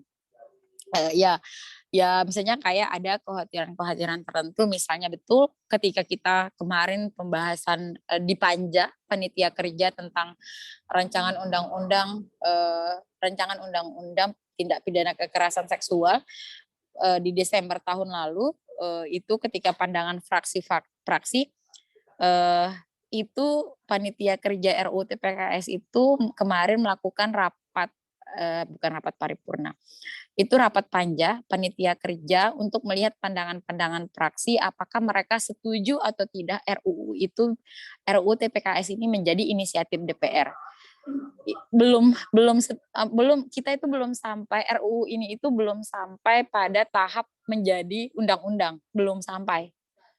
Maksudnya RUU ini disahkan menjadi undang-undang itu belum sampai karena per Desember 2021 kemarin ketika rapat panitia kerja meminta pandangan-pandangan fraksi apakah kemudian RUU ini bisa disepakati menjadi RUU inisiatif DPR atau tidak. Nah, itulah kemarin kita ada berapa ya? Ada 7 fraksi ya. Ada 7 fraksi yang mendukung untuk RUU ini tuh menjadi RUU inisiatif DPR. Kemudian 1 menunda, itu ada Golkar yang menunda, yang minta menunda pembahasan. Kemudian ada PKS yang menolak. Nah, argumentasinya tadi Mbak Rini sudah menyampaikan, misalnya kalau PKS punya kekhawatiran tentang seksual consent itu sama gitu ya. Tapi seperti yang saya sampaikan di awal bahwa kalau kita mau memahami produk hukum kemunculan kemunculan seksual konsen dalam produk hukum. Nah itu latar belakangnya tadi itu yang aku bilang. Latar belakangnya adalah yang tadi itu. Nah, jadi RUU TPKS itu masih pada tahap itu. Yang kemudian setelah kemudian 7 partai mendukung untuk menjadi RUU inisiatif DPR, maka pada 13 Desember pada rapat paripurna DPR RI mestinya itu sudah dibahas untuk menjadi RUU inisiatif DPR. Tapi ternyata itu tidak dibahas. Tidak disahkan ya, tidak dibahas untuk disahkan menjadi RUU inisiatif DPR. Nah, dan kita dijanjikan oleh Ketua DPR RI itu kita dijanjikan bahwa akan dibahas pada tanggal 13 Januari menjadi RUU inisiatif DPR. Perjalanan RUU TPKS ini ya perjalanan panjang. Dia sudah ada sejak 10 tahun yang lalu, sampai 11 tahun yang lalu, sejak tahun 2011 kalau tidak salah. Dan RUU TPKS itu isinya tentang perjalanan korban selama rentang waktu 15 tahun. Dari kasus-kasus yang kita baca, yang kita dampingi selama 15 tahun. Dari mulai bentuknya, kompleknya, bentuk-bentuknya, kemudian jenis-jenisnya, sampai dengan yang terbaru yang marak 5 tahun terakhir tentang cybercrime, itu semuanya ada di RUU TPKS, dan itu adalah perjalanan panjang para korban gitu. Nah, makanya kalau kita mau membaca RUU TPKS, maka maka alangkah baiknya itu dibaca dari perspektif korban. Misalnya gini, kalau saya menjadi korban kira-kira akan bagaimana ya gitu. Karena itu isinya RUU TPKS itu adalah pengalaman korban. Apa yang terjadi terhadap korban selama belasan tahun yang kemudian disusun menjadi sebuah produk hukum gitu. Nah, kemudian sebelum pengesahan RUU TPKS muncullah Permendikbud kan. Nah, kalau kita mau melihat Permendikbud itu apakah dia efektif atau tidak dalam rangka melakukan pencegahan ya, untuk melakukan sebagai upaya pencegahan atau penanganan gitu ya. Bagaimana ya mengukur efektivitasnya, itu kan kita akan berbicara tentang rentang waktu pelaksanaannya, kemudian tentang keberadaan implementasi daripada Permendikbud itu di setiap perguruan tinggi misalnya, kan itu baru bisa kita ukur, sementara Permendikbud itu masih baru banget, itu per Agustus 2021 kan gitu. Nah, jadi untuk sekarang aja dia masih pembahasan ya, tapi salutnya sih sama Pak Nadiem Makarim ya, dia maksudnya punya perspektif korban ya, bagaimana dia menceritakan korban, bagaimana kemudian memahami posisi korban gitu, yang kemudian dia sangat-sangat mendorong setiap perguruan tinggi untuk melakukan implementasi terhadap RUU Permendikbud ini gitu ya. Nah, kalau saya sih tidak ingin bilang itu sudah efektif atau belum ya, tapi yang perlu dilihat perjalanannya itu adalah bahwa hari ini dengan adanya Permendikbud nomor 30 tahun 2021 itu kita melihat bagaimana tingkat aware-nya kampus ya. Aware itu kepedulian kampus untuk melakukan upaya pencegahan misalnya dan penanganan terhadap kasus kekerasan seksual di perguruan tinggi. Kita mulai lihat bagaimana geliat-geliat kampus melakukan edukasi, melakukan sosialisasi tentang RUU TPKS melalui webinar, melalui dialog gitu. Itu kan geliat-geliat kampus dalam rangka untuk implementasi dari implementasi dari Permendikbud gitu ya. Kemudian ada juga kampus-kampus yang memang mereka tuh sudah punya pos pengaduan gitu kan ya. Dan kampus juga udah mulai mendorong bagaimana supaya ada pos pengaduan di kampus gitu untuk korban-korban kekerasan. Bagaimana mulai ada juga pemberlakuan pembatasan, misalnya dosen tidak boleh ketemu di kampus dengan mahasiswa di luar kampus atau di luar jam ngampus gitu kan. Itu juga bagian dari implementasi dari Permendikbud gitu ya di perguruan tinggi, meskipun belum banyak gitu yang progresnya seperti itu, tapi Apa? Tapi ini Permendikbud ini dia membangun bukan membangun kesadaran, mendorong tingkat kepedulian kampus kepada eh, kepada kekerasan seksual di kampus gitu, di perguruan tinggi. Karena bagaimanapun kalau kita melihat fungsinya perguruan tinggi, dia kan adalah lembaga, dia adalah institusi pendidikan yang mestinya dia melahirkan generasi-generasi yang bebas dari kekerasan seksual gitu. Nah, ini juga yang menurut saya bagusnya Permendikbud itu dia mendorong hal-hal seperti itu gitu. Nah, untuk efektif atau tidak kita lihat saja bagaimana kerjanya gitu. Yang paling penting adalah bagaimana komitmen perguruan tinggi sebagai naungannya sebagai sasarannya dari Permendikbud ini gitu, bagaimana perguruan tinggi melakukan implementasi ini. Justru teman-teman di kampus lah yang perlu mendorong implementasi dari Permendikbud ini gitu. Harapannya teman-teman di kampus lah yang bisa mengkaji ini gitu, tingkat kebutuhan kampus terhadap Permendikbud ini seberapa penting gitu kebutuhannya. Nah, ini yang mestinya harus didorong oleh teman-teman perguruan tinggi gitu. Dikaji, apakah iya misalnya Permendikbud ini tuh dia akan memberikan dampaknya itu akan kebermanfaatannya untuk mahasiswa, untuk kampus itu akan lebih banyak atau bagaimana gitu. Atau keburukannya akan lebih banyak atau enggak. Kalau dia kebermanfaatannya lebih banyak, misalnya lebih banyak untuk akan lebih melindungi perempuan, memberikan keamanan bagi mahasiswi di kampus, kemudian akan memberikan upaya pencegahan terhadap mahasiswa supaya tidak menjadi pelaku kekerasan seksual misalnya gitu. Nah, mestinya itu kan menjadi perlu didukung gitu ya. Perlu didukung keberadaannya gitu dari Permendikbud itu. Makanya perlu memang kajian-kajian ya, kajian dampak ya. Dampaknya terhadap dampak dari implementasi Permendikbud ini di perguruan tinggi itu perlu dikaji oleh teman-teman yang berada di kampus. Kalau menurut aku sih begitu, Kak Sandra. Makasih banyak.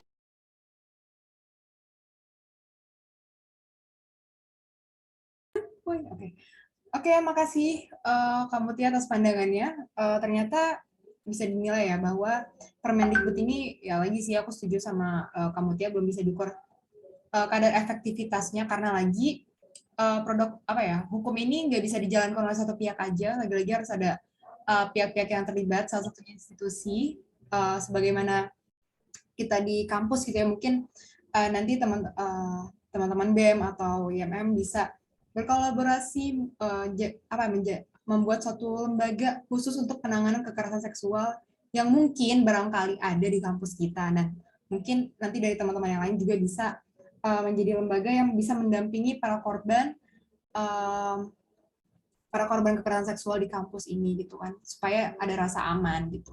Dan mudah-mudahan ya dengan adanya kegiatan ini di diksi ini teman-teman tuh jadi lebih concern lagi mengenai pelecehan seksual yang ada di sekitar kita, bahkan mungkin beberapa dari kita gitu kan, atau kalian gitu punya teman-teman yang agak mulai menormalisasi hal-hal seksualitas gitu, entah itu menyentuh wanita tanpa izin gitu kan, atau menceritakan hal yang tidak senonoh gitu, padahal ada beberapa orang yang tidak nyaman dengan obrolan tersebut atau hal lainnya gitu. Oke, tadi kita udah dapat pandangan dari kamu ya. Sekarang aku mau balikin ke Karini. Setelah itu nanti aku mau nanya pendapat dari para audiens kita pada malam hari ini. Oke, Karini gimana? Mungkin bisa menuangkan isi pemikirannya mengenai seberapa efektifnya Permendikbud 30 ini. Ya, apa yang tadi disampaikan saat sesi saya itu sebetulnya ketika melihat dari yang terjadi gitu, keresahan yang terjadi di tubuh Muhammadiyah itu sendiri gitu ya, dengan kita tahu bahwa tadi hampir ya ratusan kampus yang berdiri dan menjadi lembaga pendidikan yang dinaungi oleh Muhammadiyah hari ini sebetulnya Muhammadiyah sangat mendukung dan sepakat itu ketika misalnya pemerintah hari ini juga turut berperan aktif gitu melawan kekerasan seksual yang menjadi isu yang cukup hangat dan menjadi keresahan segala pihak gitu, karena ya tadi di Muhammadiyah sendiri punya anak didik gitu, laki-laki baik perempuan ada di sana gitu, dan pada akhirnya ketika misalnya pemerintah juga turut andil, tidak hanya pihak kampus sebagai lembaga instansi pendidikan di internal saja yang memerangi ini, tapi pemerintah pun punya andil di sini. Muhammadiyah juga sangat mendukung itu gitu. Tapi yang menjadi catatan adalah kembali gitu ada hal yang menjadi pertanyaan gitu ketika dikeluarkannya Permendikbud ini, yang menjadi krusialnya adalah dalam penerimaan dan juga ada ya tadi kalimat frasa yang disebutkan di salah satu pasal yang memuat frasa tanpa persetujuan korban, sehingga ya pada akhirnya tanpa persetujuan korban ini mengandung makna bahwa kegiatan seksual dapat dibenarkan apabila ada persetujuan korban gitu. Itu yang menjadi titik poin gitu kenapa menjadi keresahan, dan dengan kata lain Permendikbud ini mengandung unsur legalisasi untuk perbuatan asusila dan seks bebas gitu berbasis persetujuan gitu. Itu yang sebetulnya menjadi keresahannya Muhammadiyah gitu. Keresahan Muhammadiyah gitu hari ini gitu. Apalagi di lembaga Muhammadiyah yang berbasiskan Islam gitu, tidak mungkin, dan ya jangan sampai gitu ada hal-hal yang seperti itu gitu terjadi di lingkungan Muhammadiyah itu sendiri, di anak didik yang mengenyam pendidikan di kampus Muhammadiyah, hingga akhirnya Muhammadiyah pun mendorong gitu untuk meminta pemerintah untuk mencabut dan memperbaiki perasa itu saja gitu, perasa yang menjadi titik poin kebebasan seksual yang bisa menjadi bumerang gitu, bumerang bagi lembaga-lembaga pendidikan itu sendiri gitu. Artinya ketika misalnya mengukur efektivitas atau belum gitu ya, sampai hari ini Muhammadiyah masih menuntut gitu ya, menuntut untuk pemerintah memperbaiki gitu, memperbaiki. Bukan berarti Muhammadiyah tidak setuju dengan Permendikbud ini hadir gitu, sangat setuju, karena artinya pemerintah juga turut andil di dalam bagaimana pencegahan penanganan kekerasan seksual di lembaga-lembaga pendidikan ini sangat-sangat didukung, tapi ya diperbaiki untuk perasa itu saja gitu, bahwa tanpa persetujuan korban, bahkan di dalam Al-Quran pun kan sudah dijelaskan gitu bahwa bagi di dalam Quran surat An-Nur ayat 30 dan 31 bahwa perempuan dan laki-laki itu harus saling menundukkan pandangannya gitu, menjaga kemaluannya, dan itu konteks dalam kita bersosialisasi, dan artinya kita bagaimana kita bergaul gitu dengan sesama jenis, lawan jenis, bagaimana diatur sedemikian rupa kita sudah paham gitu, bagaimana batasan-batasan pergaulan yang ada dan perlu kita terapkan gitu di dalam kehidupan sehari-hari itu, sampai akhirnya tidak terjadi gitu hal-hal yang tidak diinginkan gitu. Kalau misalnya tadi kamu Tia berbicara tentang korban-korban kekerasan seksual ini kebanyakan adalah pemaksaan gitu ya. Kenapa kita tidak mencegah itu ke sana gitu? Kenapa kita tidak mencegah? Artinya kita sebagai salah satu anak muda gitu, mahasiswa yang memang paham gitu bagaimana cara bergaul dengan baik gitu. Artinya kita menghindari hal tersebut tuh seperti apa ya, kita membatasi pergaulan kita, bagaimana adab kita terhadap sesama jenis, bagaimana adab kita sesama atau lawan jenis budaya, dan adab kita terhadap yang lebih tua dan lebih muda itu seperti apa, itu diatur sedemikian rupa, dan sepertinya sudah diterapkan gitu, seharusnya diterapkan oleh teman-teman, bahkan ini juga kan tercatut di dalam tiga dharma namanya itu saya lupa ya, pokoknya tercatat di dalam peraturan yang memang dibatasi bagaimana cara kita bergaul lah di lingkungan kampus. Artinya ya tadi Muhammadiyah ini dan kampus Muhammadiyah juga mendukung peran pemerintah aktif gitu, upaya pemerintah untuk menghalau gitu, mencegah kasus-kasus kekerasan seksual, apalagi ya jangan sampai terjadi di kampus Muhammadiyah ini gitu. Artinya tapi ya perlu diperbaiki dan perlu menjadi kesadaran bersama gitu. Artinya tentang tadi sebagai seorang muslim gitu, akademisi muslim, yang berada di kampus Muhammadiyah ya perlu sepertinya kita menerapkan tentang bagaimana adab kita untuk berelasi gitu, bagaimana adab kita untuk bergaul gitu, bagaimana ukhuwah Islamiyah yang kita bangun gitu antara sesama itu kita jaga, dan ya kita coba tidak untuk mendekati hal-hal yang memang menjurus gitu ke hal-hal yang memang tidak baik gitu dilakukan. Itu saja sih Mbak Sandra dari saya mungkin ya. Kalau misalnya mengukur efektivitas ya sejauh ini ya tadi sama seperti yang disampaikan oleh Kamutia, ya kita kan baru apa ya, belum 1 tahun lah ya, belum 1 tahun gitu, dan Muhammadiyah pun masih berharap gitu ya, masih berharap bahwa Permendikbudristek-Dikti ini diperbaiki.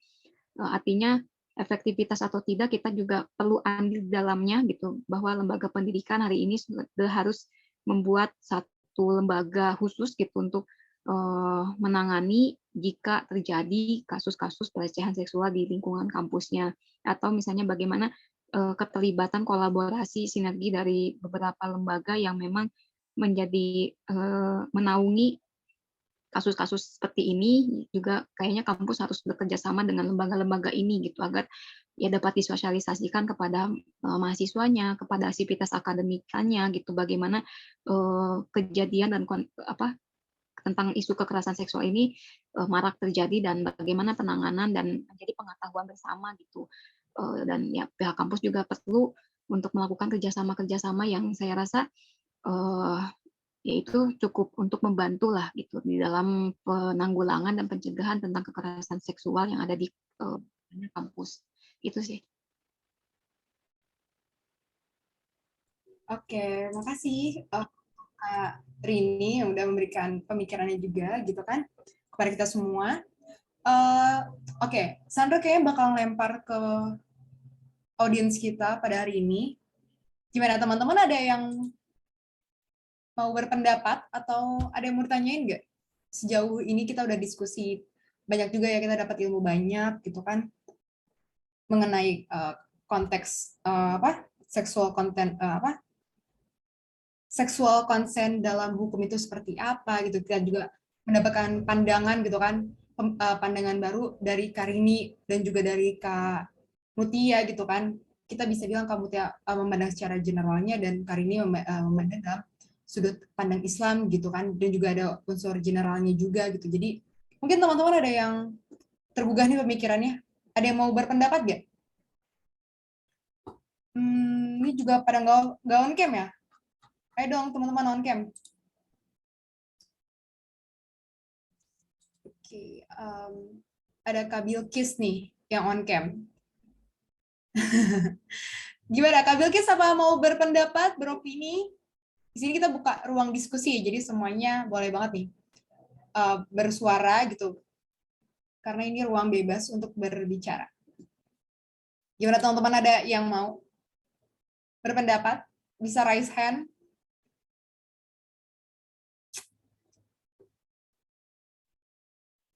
Waktu juga udah menunjukkan 21:27 ya, 9:30. Tapi antusiasmenya ya oke gitu. Kita masih ditemenin sama 50-an partisipan nih sampai malam hari ini. Keren. Gimana teman-teman? Mungkin dari apa ya? Siapa ya? Kak Bilkis nih udah on cam nih, kayaknya pengen bersuara nih. Gimana Kak Bilkis? Atau teman-teman yang lain? Oh iya Kak. Oh, ada Kaisha. Atau siapa tadi yang bersuara? Bilkis. Oke, Kak Bilkis. Boleh banget nih Kak. Mau bertanya buat pemantik. Kira-kira kan di akhir tahun 2021 ini kan banyak banget berita tentang pelecehan terhadap perempuan ya. Nah, menurut kakak, siapa yang harus disalahkan gitu? Apakah kurangnya perlindungan atau apa? Terima kasih.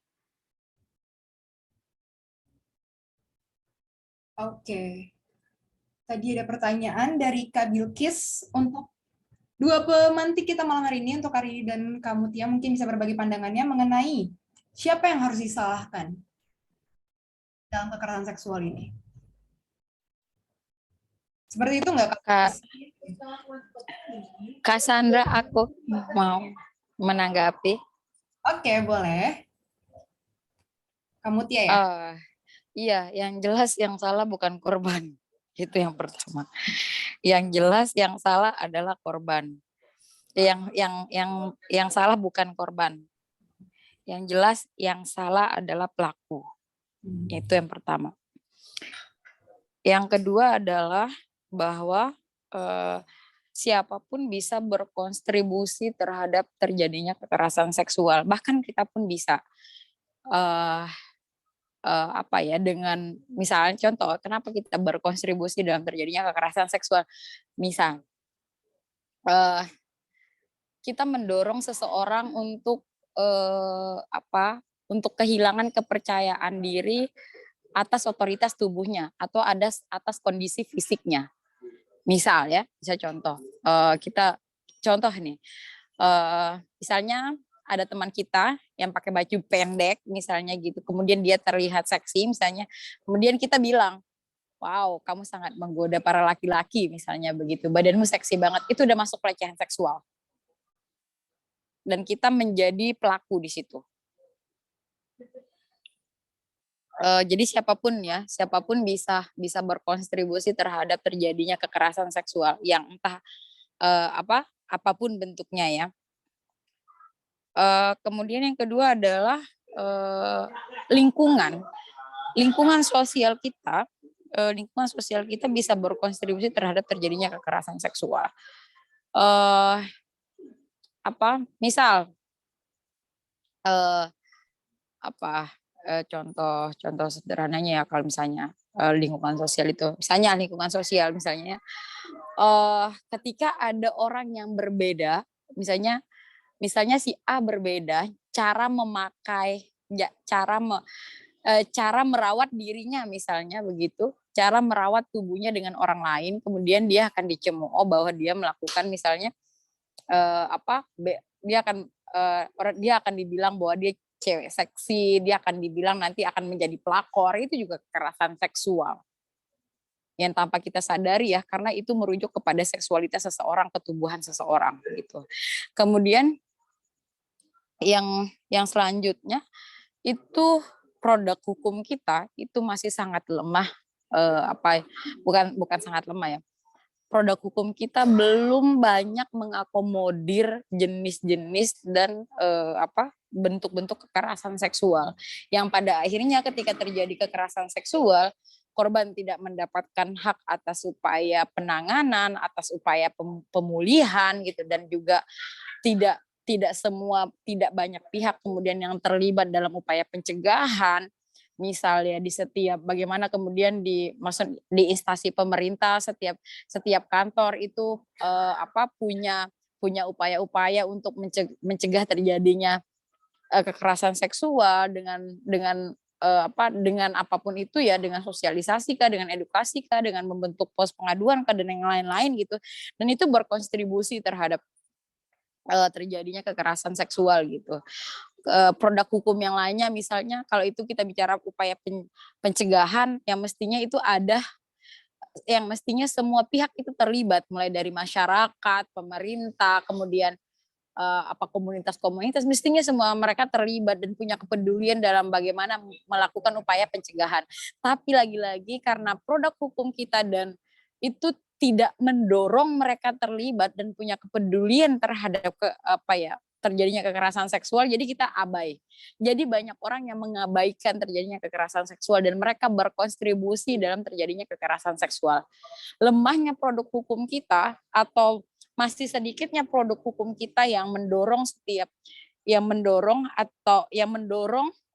keterlibatan banyak pihak untuk melakukan upaya pencegahan, penanganan, gitu, bahkan pemulihan terhadap korban, maka sepanjang itu juga akan terus terjadi kekerasan seksual. Belum lagi kalau keterbatasan produk hukum kita terhadap upaya memberikan tindak pidana ya, upaya memberikan hukuman pidana terhadap pelaku misalnya, sehingga pelaku susah dijerat oleh hukum, pelaku bisa dibebaskan, yang kemudian dia tidak merasakan tidak diberikan hukuman yang setimpal atas apa yang dialami gitu. Kemudian korban tidak mendapatkan haknya atas pemulihan misalnya, karena pemulihan itu kan prosesnya banyak. Kalau misalnya korban misalnya mengalami dampak psikologis, nah mestinya dia mendapatkan layanan dari mestinya ada ketersediaan layanan yang disiapkan oleh negara bagaimana supaya korban mendapatkan pendamping psikolog misalnya gitu. Atau ketika dia butuh konsultasi hukum misalnya gitu, atau bantuan hukum. Nah, mestinya layanan pemerintah banyak upaya-upaya pemerintah untuk menyediakan layanan-layanan yang berbasis pendampingan hukum supaya korban tidak susah dan tidak harus mengeluarkan biaya yang tinggi untuk proses pendampingan misalnya gitu. Sampai hal seperti itu. Maka mestinya produk hukum kita itu mengakomodir kepentingan-kepentingan dalam upaya pencegahan, dalam upaya penanganan, dalam upaya pemulihan korban gitu. Nah, ini yang menurut saya berkontribusi ya terhadap terjadinya kekerasan seksual. Kalau kita bertanya siapa sih sebenarnya yang salah gitu ya terhadap ketika terjadi kekerasan seksual, yang jelas yang salah bukan korban, yang jelas yang salah itu adalah pelaku. Siapa yang berkontribusi terhadap terjadinya kekerasan seksual? Ya itu tadi. Di situ bisa kita yang berkontribusi, di situ bisa komunitas, masyarakat gitu ya. Kemudian juga produk hukum kita berkontribusi terhadap terjadinya kekerasan seksual. Makanya cara pandang kita terhadap melihat korban, melihat kasus kekerasan seksual itu jangan pakai cara pandang pelaku. Cara pandang pelaku tuh misalnya kayak begini. Jadi kayak gini misalnya, pelaku tuh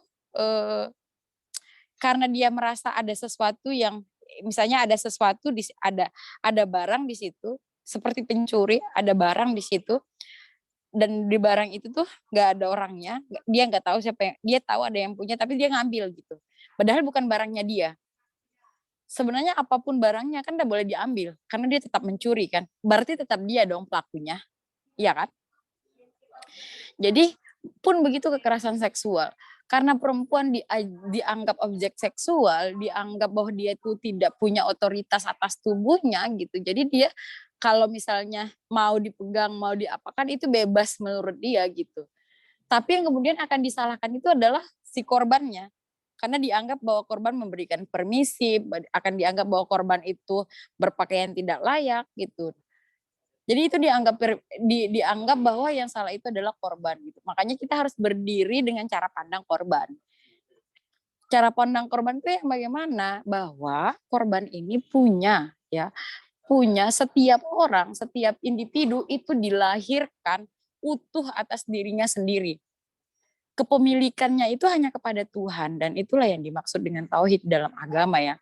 Saya nggak tahu sih, karena saya memahaminya begitu. Jadi setiap individu yang lahir dalam Islam ya, kalau ada yang kalau ada yang agama lain. Jadi ketundukan manusia, baik laki-laki ataupun perempuan, apapun jenis kelaminnya, itu ketundukannya itu hanya kepada Tuhan. Itulah yang dimaksud dengan tauhid. Maka otoritas setiap manusia itu adalah miliknya sendiri. Dia berhak atas tubuhnya karena kepemilikan mutlak itu adalah milik Tuhan. Makanya kita sering disebut bahwa bahwa kita sebagai anak perempuan itu hanya titipan, apalagi hanya sebagai pacar, apalagi hanya sebagai istri misalnya gitu. Kita tuh hanya titipan, tidak serta-merta kepemilikan itu dimiliki oleh orang lain selain Tuhan gitu. Itulah yang kemudian saya coba maknai ya, bahwa otoritas kita itu ya milik Tuhan gitu. Jadi selama kita ini menjadi manusia, maka otoritas atas diri kita itu ya diri kita sendiri gitu, dan berserahnya itu dan tunduk dan patuhnya itu ya kepada Tuhan gitu. Jadi mungkin itu ya yang bisa saya sampaikan. Yang jelas bukan korban yang salah, korban adalah tetap korban. Yang salah itu adalah pelaku, dan yang berkontribusi terhadap terjadinya kekerasan seksual itu banyak. Bisa jadi salah satunya adalah kita. Makanya perlu kita berhati-hati dan perlu kita memperhatikan bagaimana kita membangun komunikasi dengan orang lain, bagaimana kita mengomentari orang lain yang berkaitan itu dengan pribadinya. Harus ada batasan-batasan tertentu antara kita dengan orang lain, apalagi itu berkaitan dengan apalagi itu berkaitan dengan privasinya orang lain gitu. Mungkin itu sih dari saya. Makasih Kak Sandra. Oke deh, makasih Kak Mutia atas pendapatnya. Lanjut ke Karini, gimana menurut Karini mengenai siapa yang harus disalahkan?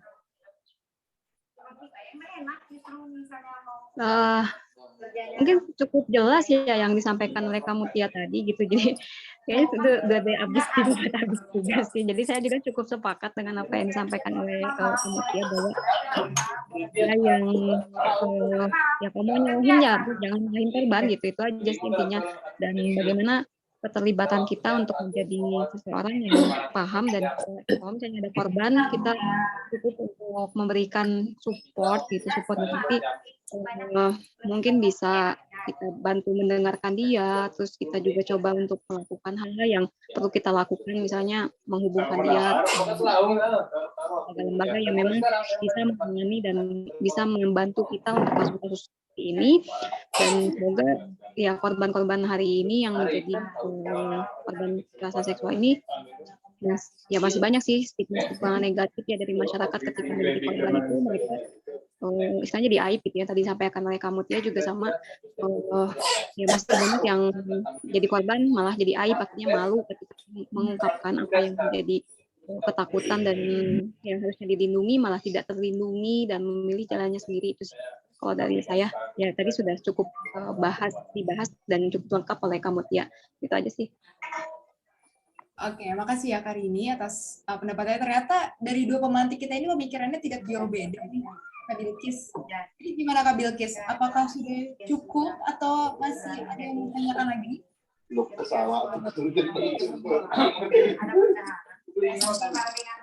Kamu tidak? Iya. Mohon maaf, bisa di-mute dulu, Kak? Oh iya, udah. Oke, makasih ya, Kak. Oke, balik lagi ke Kak Bilkis. Gimana Kak Bilkis atas jawabannya? Apakah sudah puas atau masih ada lagi nih yang terbesit di pikiran Kak Bilkis? Cukup Kak, terima kasih. Oke, makasih ya Kak Bilkis. Tadi juga sebelum Kak Bilkis ada Kak Aisyah yang ingin berpendapat. Kak Aisyah, apakah masih bergabung dengan kami? Iya, tes. Suara saya masuk, Kak Sandra? Masuk dan jelas.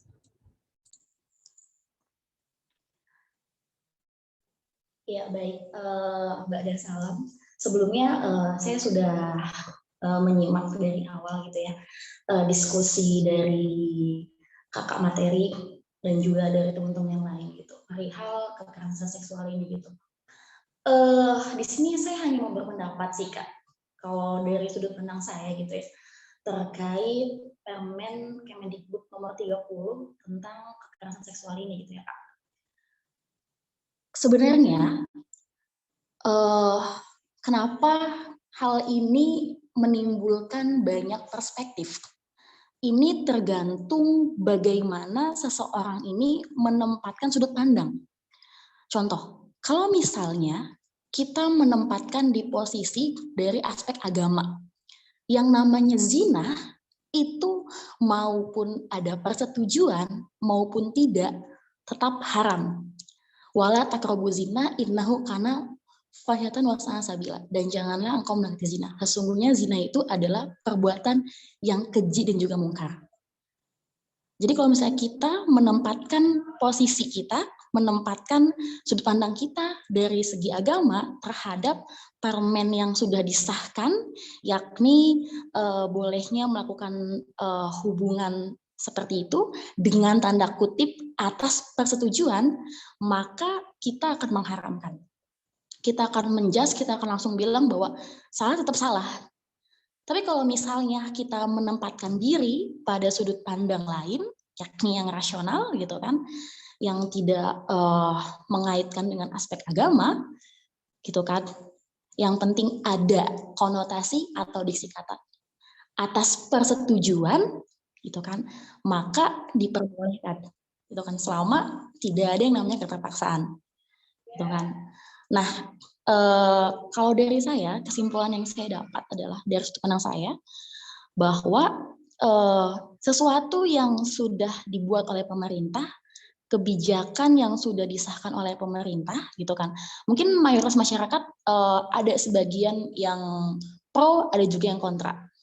Nah, sebagai apa ya, mahasiswa gitu kan, dengan background kita yang aktivis Islami gitu ya, tentu kita harus menempatkan diri sebagai organisatoris Islam gitu loh. Kalau dari basic agama kita melarangkan gitu kan, terus juga dalilnya sudah ada, kemudian juga ayatnya juga sudah ada gitu kan.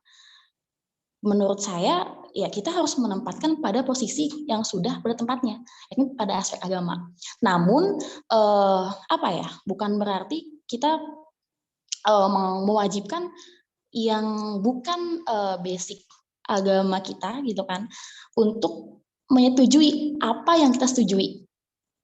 Balik lagi, pada dasarnya adalah bagaimana kita menempatkan sudut pandang dan bagaimana kita menempatkan posisi terhadap suatu kebijakan, terkhusus Permen nomor 30 Kemdikbud ini tentang kekerasan seksual gitu kan, yang sudah disahkan oleh pemerintah.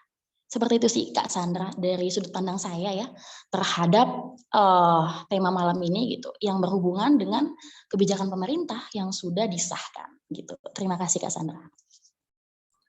Oke, makasih Kak Isya yang udah berbagi sudut pandangnya ya mengenai pembicaraan kita pada malam hari ini. Untuk teman-teman, gimana? Apakah ada yang mau berpendapat lagi? Atau sudah cukup ya? Karena ini juga udah malam. 10.15, 10 kurang 15 maksudnya. Mungkin dicukupkan sekian. Jadi, saya sendiri, Sandra, sebagai moderator bisa menyimpulkan ya. Hanya sedikit aja nih, karena tadi pembahasan juga keren-keren banget. Dari Sandra sendiri, Sandra menyimpulkan bahwa siapapun bisa menjadi korban pelecehan seksual. Tidak hanya wanita, tapi kaum laki juga. Dan lagi, siapapun itu bisa menjadi oknum pelecehan seksual tanpa memandang gender, tanpa memandang siapa dia gitu, dan bagaimana latar belakangnya gitu. Oleh karena itu, sangat penting ya buat kita untuk punya concern yang serius mengenai pelecehan seksual yang marak terjadi di akhir-akhir ini gitu kan. Mungkin sebagian besar dari kita juga tidak tahu gitu tentang apa aja sih jenis-jenis pelecehan seksual itu gitu kan. Bahkan hal kecil seperti menyentuh saja tanpa ada izin dari orang yang ingin disentuh, baik itu wanita, khususnya wanita ya gitu, itu merupakan salah satu tindakan pelecehan gitu loh teman-teman. Dan menceritakan hal yang tidak senonoh gitu kan, ketika ada orang yang tidak merasa nyaman dengan hal-hal tersebut pun itu juga merupakan salah satu tindak pelecehan seksual. Maka dari itu kita semua perlu berhati-hati dan lebih concern lagi mengenai pelecehan seksual yang ada di sekitar kita gitu. Bahkan bahan candaan pun teman-teman, walaupun sama teman dekat ya, mungkin bisa diingatkan kembali untuk tidak membiarkan hal itu terjadi di sekitar kita, sehingga hal-hal tersebut itu tidak dinormalisasikan lagi gitu loh. Mungkin cukup sekian ya dari kegiatan kita pada hari ini, kegiatan Diksi yang bekerja sama dengan BEM Fakultas Ekonomi dan Bisnis UHAMKA. Terima kasih untuk Karini dan juga untuk Kamu Tia, karena pandangannya itu keren-keren banget, dan di sini kita semua pastinya mendapatkan ilmu-ilmu baru dan juga ya cukup luar biasa lah untuk hari ini gitu, untuk kegiatan pertama ini. Cukup luar biasa gitu. Nah, sebelum ditutup kegiatan kali ini, mungkin kita ada sesi foto bareng-bareng ya Kak, sama Karini, sama Kak Mutia, sama audiens yang bertahan sampai malam hari ini juga luar biasa. Maka dari itu dimohonkan untuk semuanya on cam ya. Ayo dong on cam. Ini baru berapa orang aja.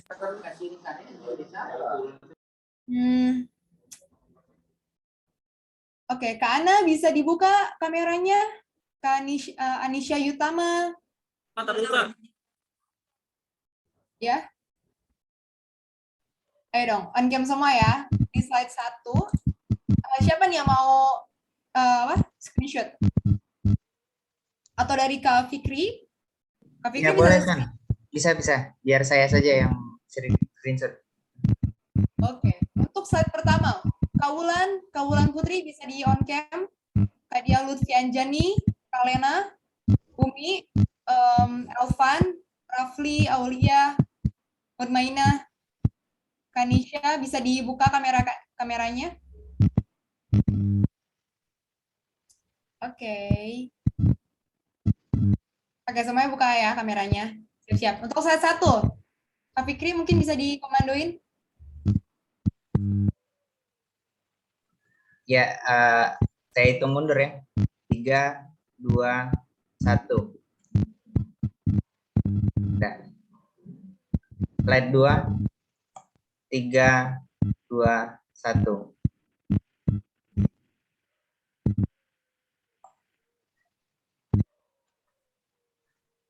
Ya, sudah San. Oke. Karena sesi foto juga udah selesai, maka dicukupkan sekian untuk kegiatan pada hari ini. Sandra sekali lagi mewakili semuanya mengucapkan terima kasih untuk Karini Marlina dan juga Kak Mutia Agustina atas waktunya dan juga ilmu-ilmu yang bermanfaat. Terima kasih telah memberikan kami pandangan baru. Semoga dengan kegiatan ini ya, kegiatan awal ini, teman-teman yang udah join bisa lebih concern, lebih waspada lagi dan lebih aware atas kekerasan atau tidak seksual yang ada di sekitar kita, sehingga kita bisa menjadi garda ya untuk pencegahan pembiaran dari kekerasan seksual di sekitar kita. Oke, Sanda tutup. Wabil taufiq wal hidayah, billahi fi sabilil haq, fastabiqul khairat. Assalamualaikum warahmatullahi wabarakatuh. Waalaikumsalam warahmatullahi wabarakatuh. Assalamualaikum. Terima kasih ya Sandra. Kak Rini, Kak Mutia. Terima kasih. Terima kasih Kak. Mbak Rini, makasih. Salam kenal juga ya. Terima kasih Ya. semua.